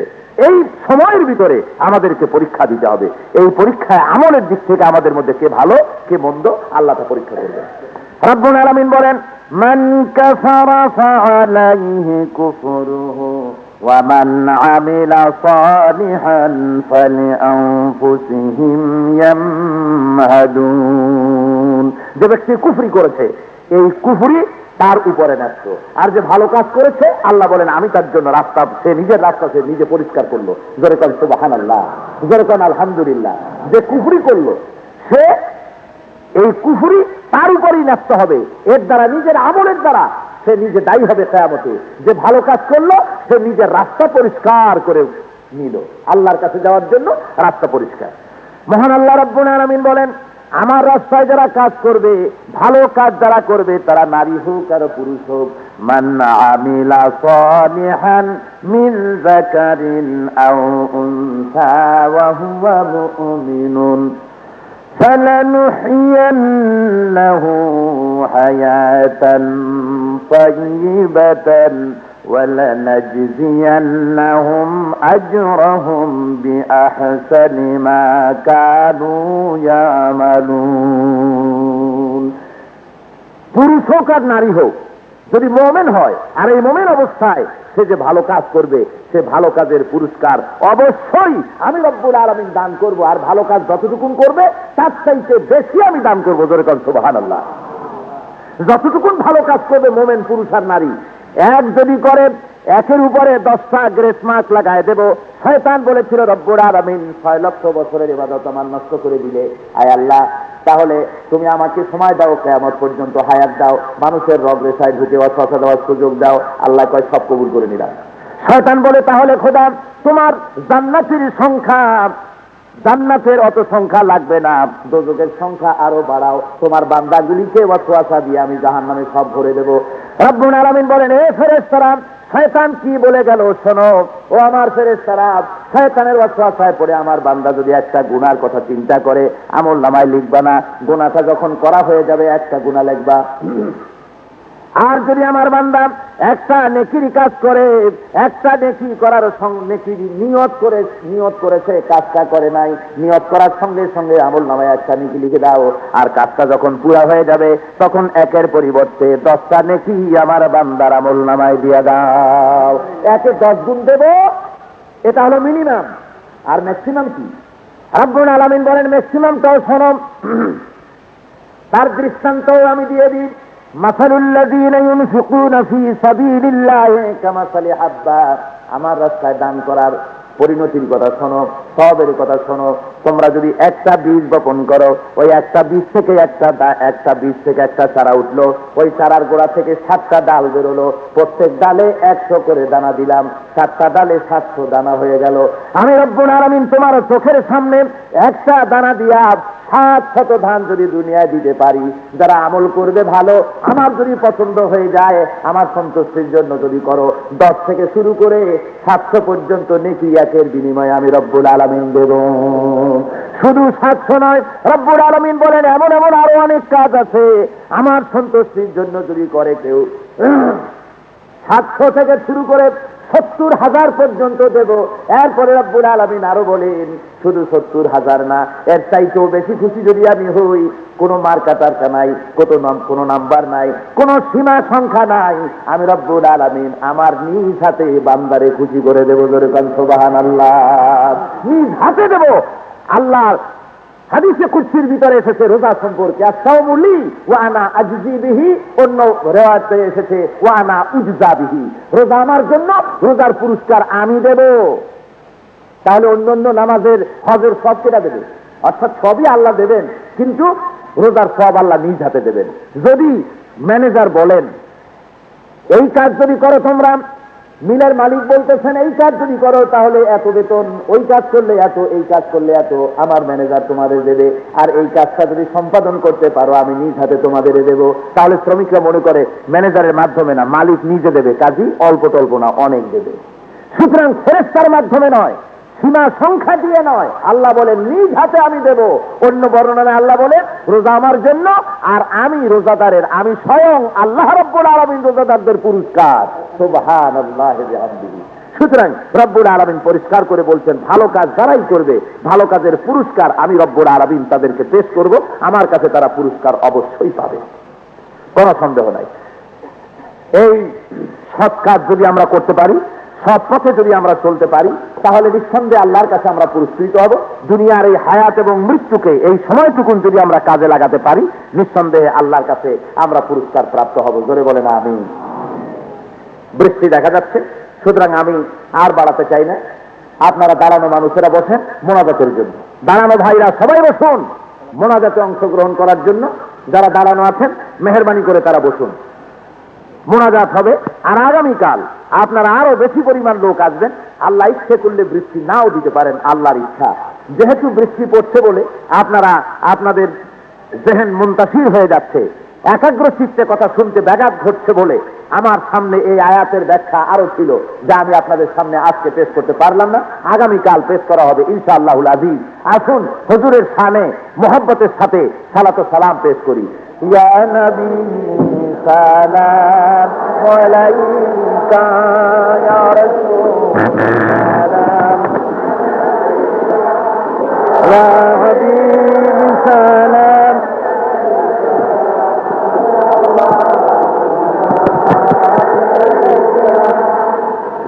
रोज़े की तमन्ना दिल में है यही तराना, हो कैसे मदीना जाना, बेकल है दिले दीवाना, या नबी सलाम,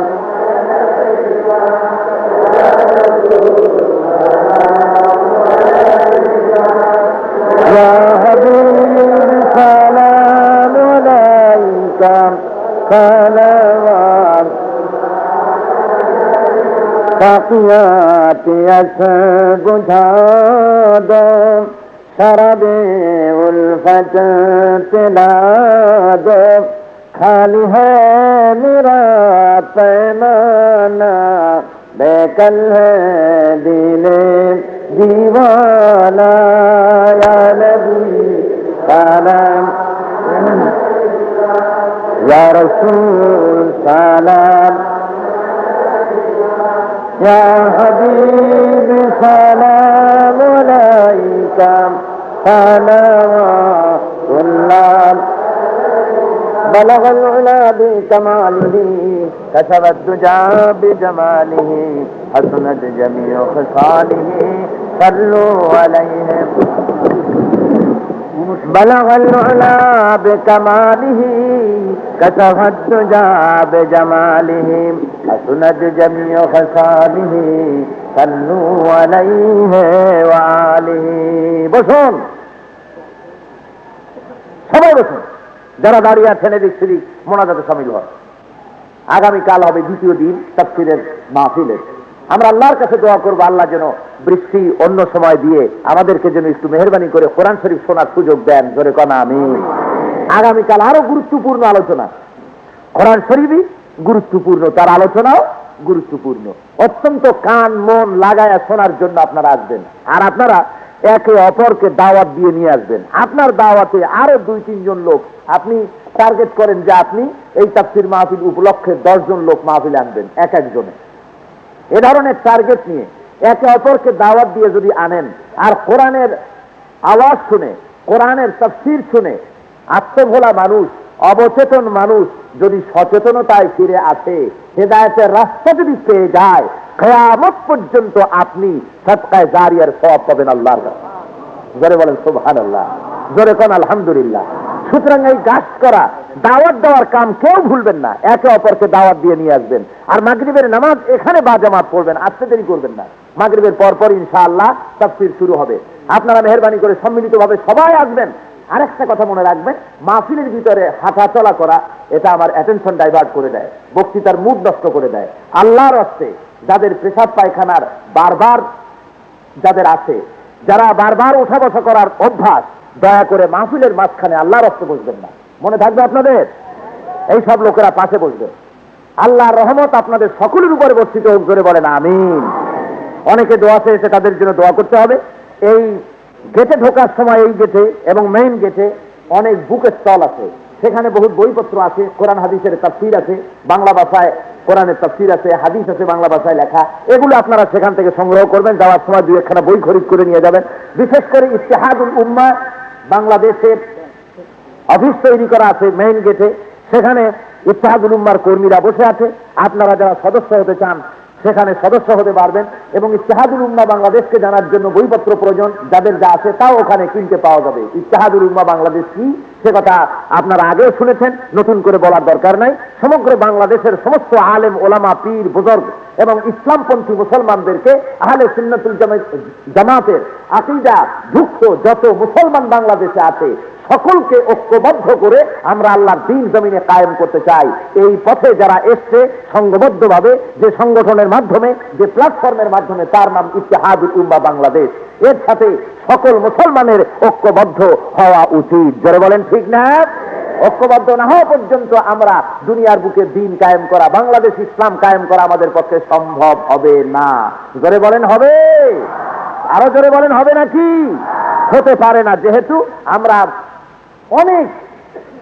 পিছিয়ে গিয়েছি অনেক ধোঁকা খেয়েছি কেমন করে বিশ্বাস করব নবী দিবস পালন করতে এসে নেতারা আমাদের সামনে 12ই রবিউল আউয়াল ঈদে মিলাদুন নবীর দিনে মঞ্চের উপরে দাঁড়ায় বলেন কি বলেন ভাইয়েরা আমার বর্তমান সততা বিক্ষুব্ধ সততা বিচ্ছিন্ন ঝঞ্ঝা বিক্ষুব্ধ সমস্যা জর্জরিত পৃথিবীর বুকে শান্তি কায়েম করার জন্য মুহাম্মদ সাল্লাল্লাহু আলাইহি ওয়াসাল্লামের আদর্শ ছাড়া কোনো পথ নাই এই বক্তৃতা করিয়া গলায় মালা নিয়া বাহবা মারহাবা করতালি ইত্যাদি দিয়া 5 দিন পরে রামকৃষ্ণ মিশনের মঞ্চে হুজুর দাঁড়াইছেন ভাইয়েরা আমার পৃথিবীর এই অশান্ত দুনিয়া মানুষেরা সমস্যায় জর্জরিত এই সমস্যা জর্জরিত মানুষের মুক্তির জন্য রামকৃষ্ণের আদর্শই সর্বোত্তম আদর্শ 10 দিন পরে গৌতম বুদ্ধের জন্মবার্ষিকী সে মঞ্চে গিয়ে হুজুর হাজির ভাইয়েরা আমার বোনেরা আমার পৃথিবীর অশান্ত শ্রমিকরা বিক্ষুব্ধ নারীর সতীত্ব বিনষ্ট পৃথিবীর মানুষেরা অশান্তির দাবানলে জ্বলছে এই নিঃশেষিত নির্যাতিত মানবতার মুক্তির জন্য একটাই পথ সেটা হলো গৌতম বুদ্ধের অহিংস আদর্শকে অনুসরণ করা 1 মাস পরে জেসাস ক্রাইস্ট যিশু খ্রিস্টের জন্মবার্ষিকী বড়দিন সেই প্ল্যাটফর্মে দেখি হুজুর হাজির ওখানে গিয়ে বলছেন এই পৃথিবীর বুকে আজকে হিংসাত্মক মারামারিতে অস্ত্রপাতির ঝনঝনানিতে পৃথিবীর শান্তি হয়েছে বিঘ্নিত সুতরাং এই পৃথিবীর বুকে শান্তি ফিরিয়ে আনার জন্য যিশুর আদর্শই আমাদের অনুসরণ করা উচিত। মাশাআল্লাহ, হাসবো, বসেন না। আরে কথাই তো শেষ করতে পারলাম না। স্লোগান দিতে হয় জায়গা মতো, কথা তো শেষ করতে দিলেন, আগেই সর্বনাশ করে দিলেন। কথা হলো যখন যেমন তখন তেমন ইয়া হোসায়, এই হলো অবস্থা। এই জন্য আমি এখন এই সমস্ত নেতাদেরকে নেতা না বলে আমার ভাষায় আমি নাম রাখছি গোলামি। মানে ভর্তা বানাইয়ে খাওয়া যায়, চিংড়ি মাছ দিয়ে রান্না করা যায়, মুরগি দিয়ে রান্না করা যায়, খাসিতে দেওয়া যায়, গরুর গোস্তের মধ্যে দেওয়া যায়, পোড়াইয়াও খাওয়া যায়, ভাজি করেও খাওয়া যায়, চিপস বানানো যায়, সব তৈরি করা যায়। গোলামি যেমন সব জায়গায় খাটে, এই নেতাগুলিও মাশাআল্লাহ সব জায়গায় আছে। কাবা শরীফেও দেখি, পূজার মণ্ডপেও দেখি, কীর্তনেও দেখি, সিরাতুন নবীতেও দেখি। বুঝি না জিনিস শান্তি, বুঝে আসে না। সুতরাং ঐক্যবদ্ধ আন্দোলন ছাড়া বাংলাদেশের জমিনে আল্লাহর দ্বীন কায়েম হওয়া সম্ভব নয়। ধরে বলেন হবে? কিছুতেই হতে পারে না। সুতরাং আল্লাহর দ্বীনকে জমিনে প্রতিষ্ঠার জন্য সমস্ত মুসলমানদের ঐক্যবদ্ধ হতে হবে। সেই ঐক্যবদ্ধ সংঘবদ্ধ আন্দোলনের ডাক দিয়েছে ইত্তেহাদুল উম্মাহ বাংলাদেশ। ধরে বলেন আলহামদুলিল্লাহ। এর সদস্য ভর্তির আগে মাত্র 5 টাকা। মেইন গেটে বসে আছে কর্মীরা, ওখানে তাদের সঙ্গে দেখা করে যাবেন, বইপত্র কিনে নিয়ে যাবেন। রব্বুল আলামিন সকলকে যেন আমাদের তৌফিক দেন। জোরে বলেন আমিন, আল্লাহুম্মা আমিন। ربنا ظلمنا أنفسنا وإن لم تغفر لنا وترحمنا لنكونن من الخاسرين। রব্বুল আলামিন, হাজার হাজার মুসলমান নরনারী তোমার কোরআন শোনার জন্য দূর দূরান্ত থেকে কষ্ট করে এসে হাজির হয়েছে। আয় আল্লাহ, যা কিছু শুনেছি সওয়াবটুকুন সরকার দু আলম জনাব মুহাম্মদুর রাসূলুল্লাহ সাল্লাল্লাহু আলাইহি ওয়াসাল্লামের মোবারকে পৌঁছিয়ে দাও। আয় আল্লাহ, আমরা যারা হাত তুলেছি এর মধ্য থেকে মা বাপ যাদের দুনিয়া থেকে জন্মের মতো বিদায় হয়ে গেছে, আল্লাহ কবরে যদি আযাব থাকে মেহেরবানি করে মাফ করে দাও। রব্বুল আলামিন, আয় আল্লাহ, আমাদের আত্মীয় স্বজন পীর মুর্শিদ ভাই বোন যারা মারা গেছে প্রত্যেকের রুহের পরে সওয়াব পৌঁছায় দাও। রব্বুল আলামিন, সারা জীবন গুনাহ করে করে জীবনকে বরবাদ করে দিয়েছি, এত গুনাহ করেছি, জীবন নষ্ট করে দিয়েছি। আল্লাহ, তুমি যদি পরীক্ষা নাও কিয়ামতের ময়দানে পরীক্ষায় পাস করতে পারবো না। রব্বুল আলামিন, জীবন ও মওত সৃষ্টি করেছো পরীক্ষা করার জন্য, পরখ করার জন্য। কিয়ামতে তুমি যদি জিজ্ঞেস করো যৌবন কিভাবে কাটাইছো, জবাব দেওয়ার কোনো পথ রাখি নাই। তুমি যদি প্রশ্ন করো মাল কোন পদে আয় করেছো, কোন পথে মাল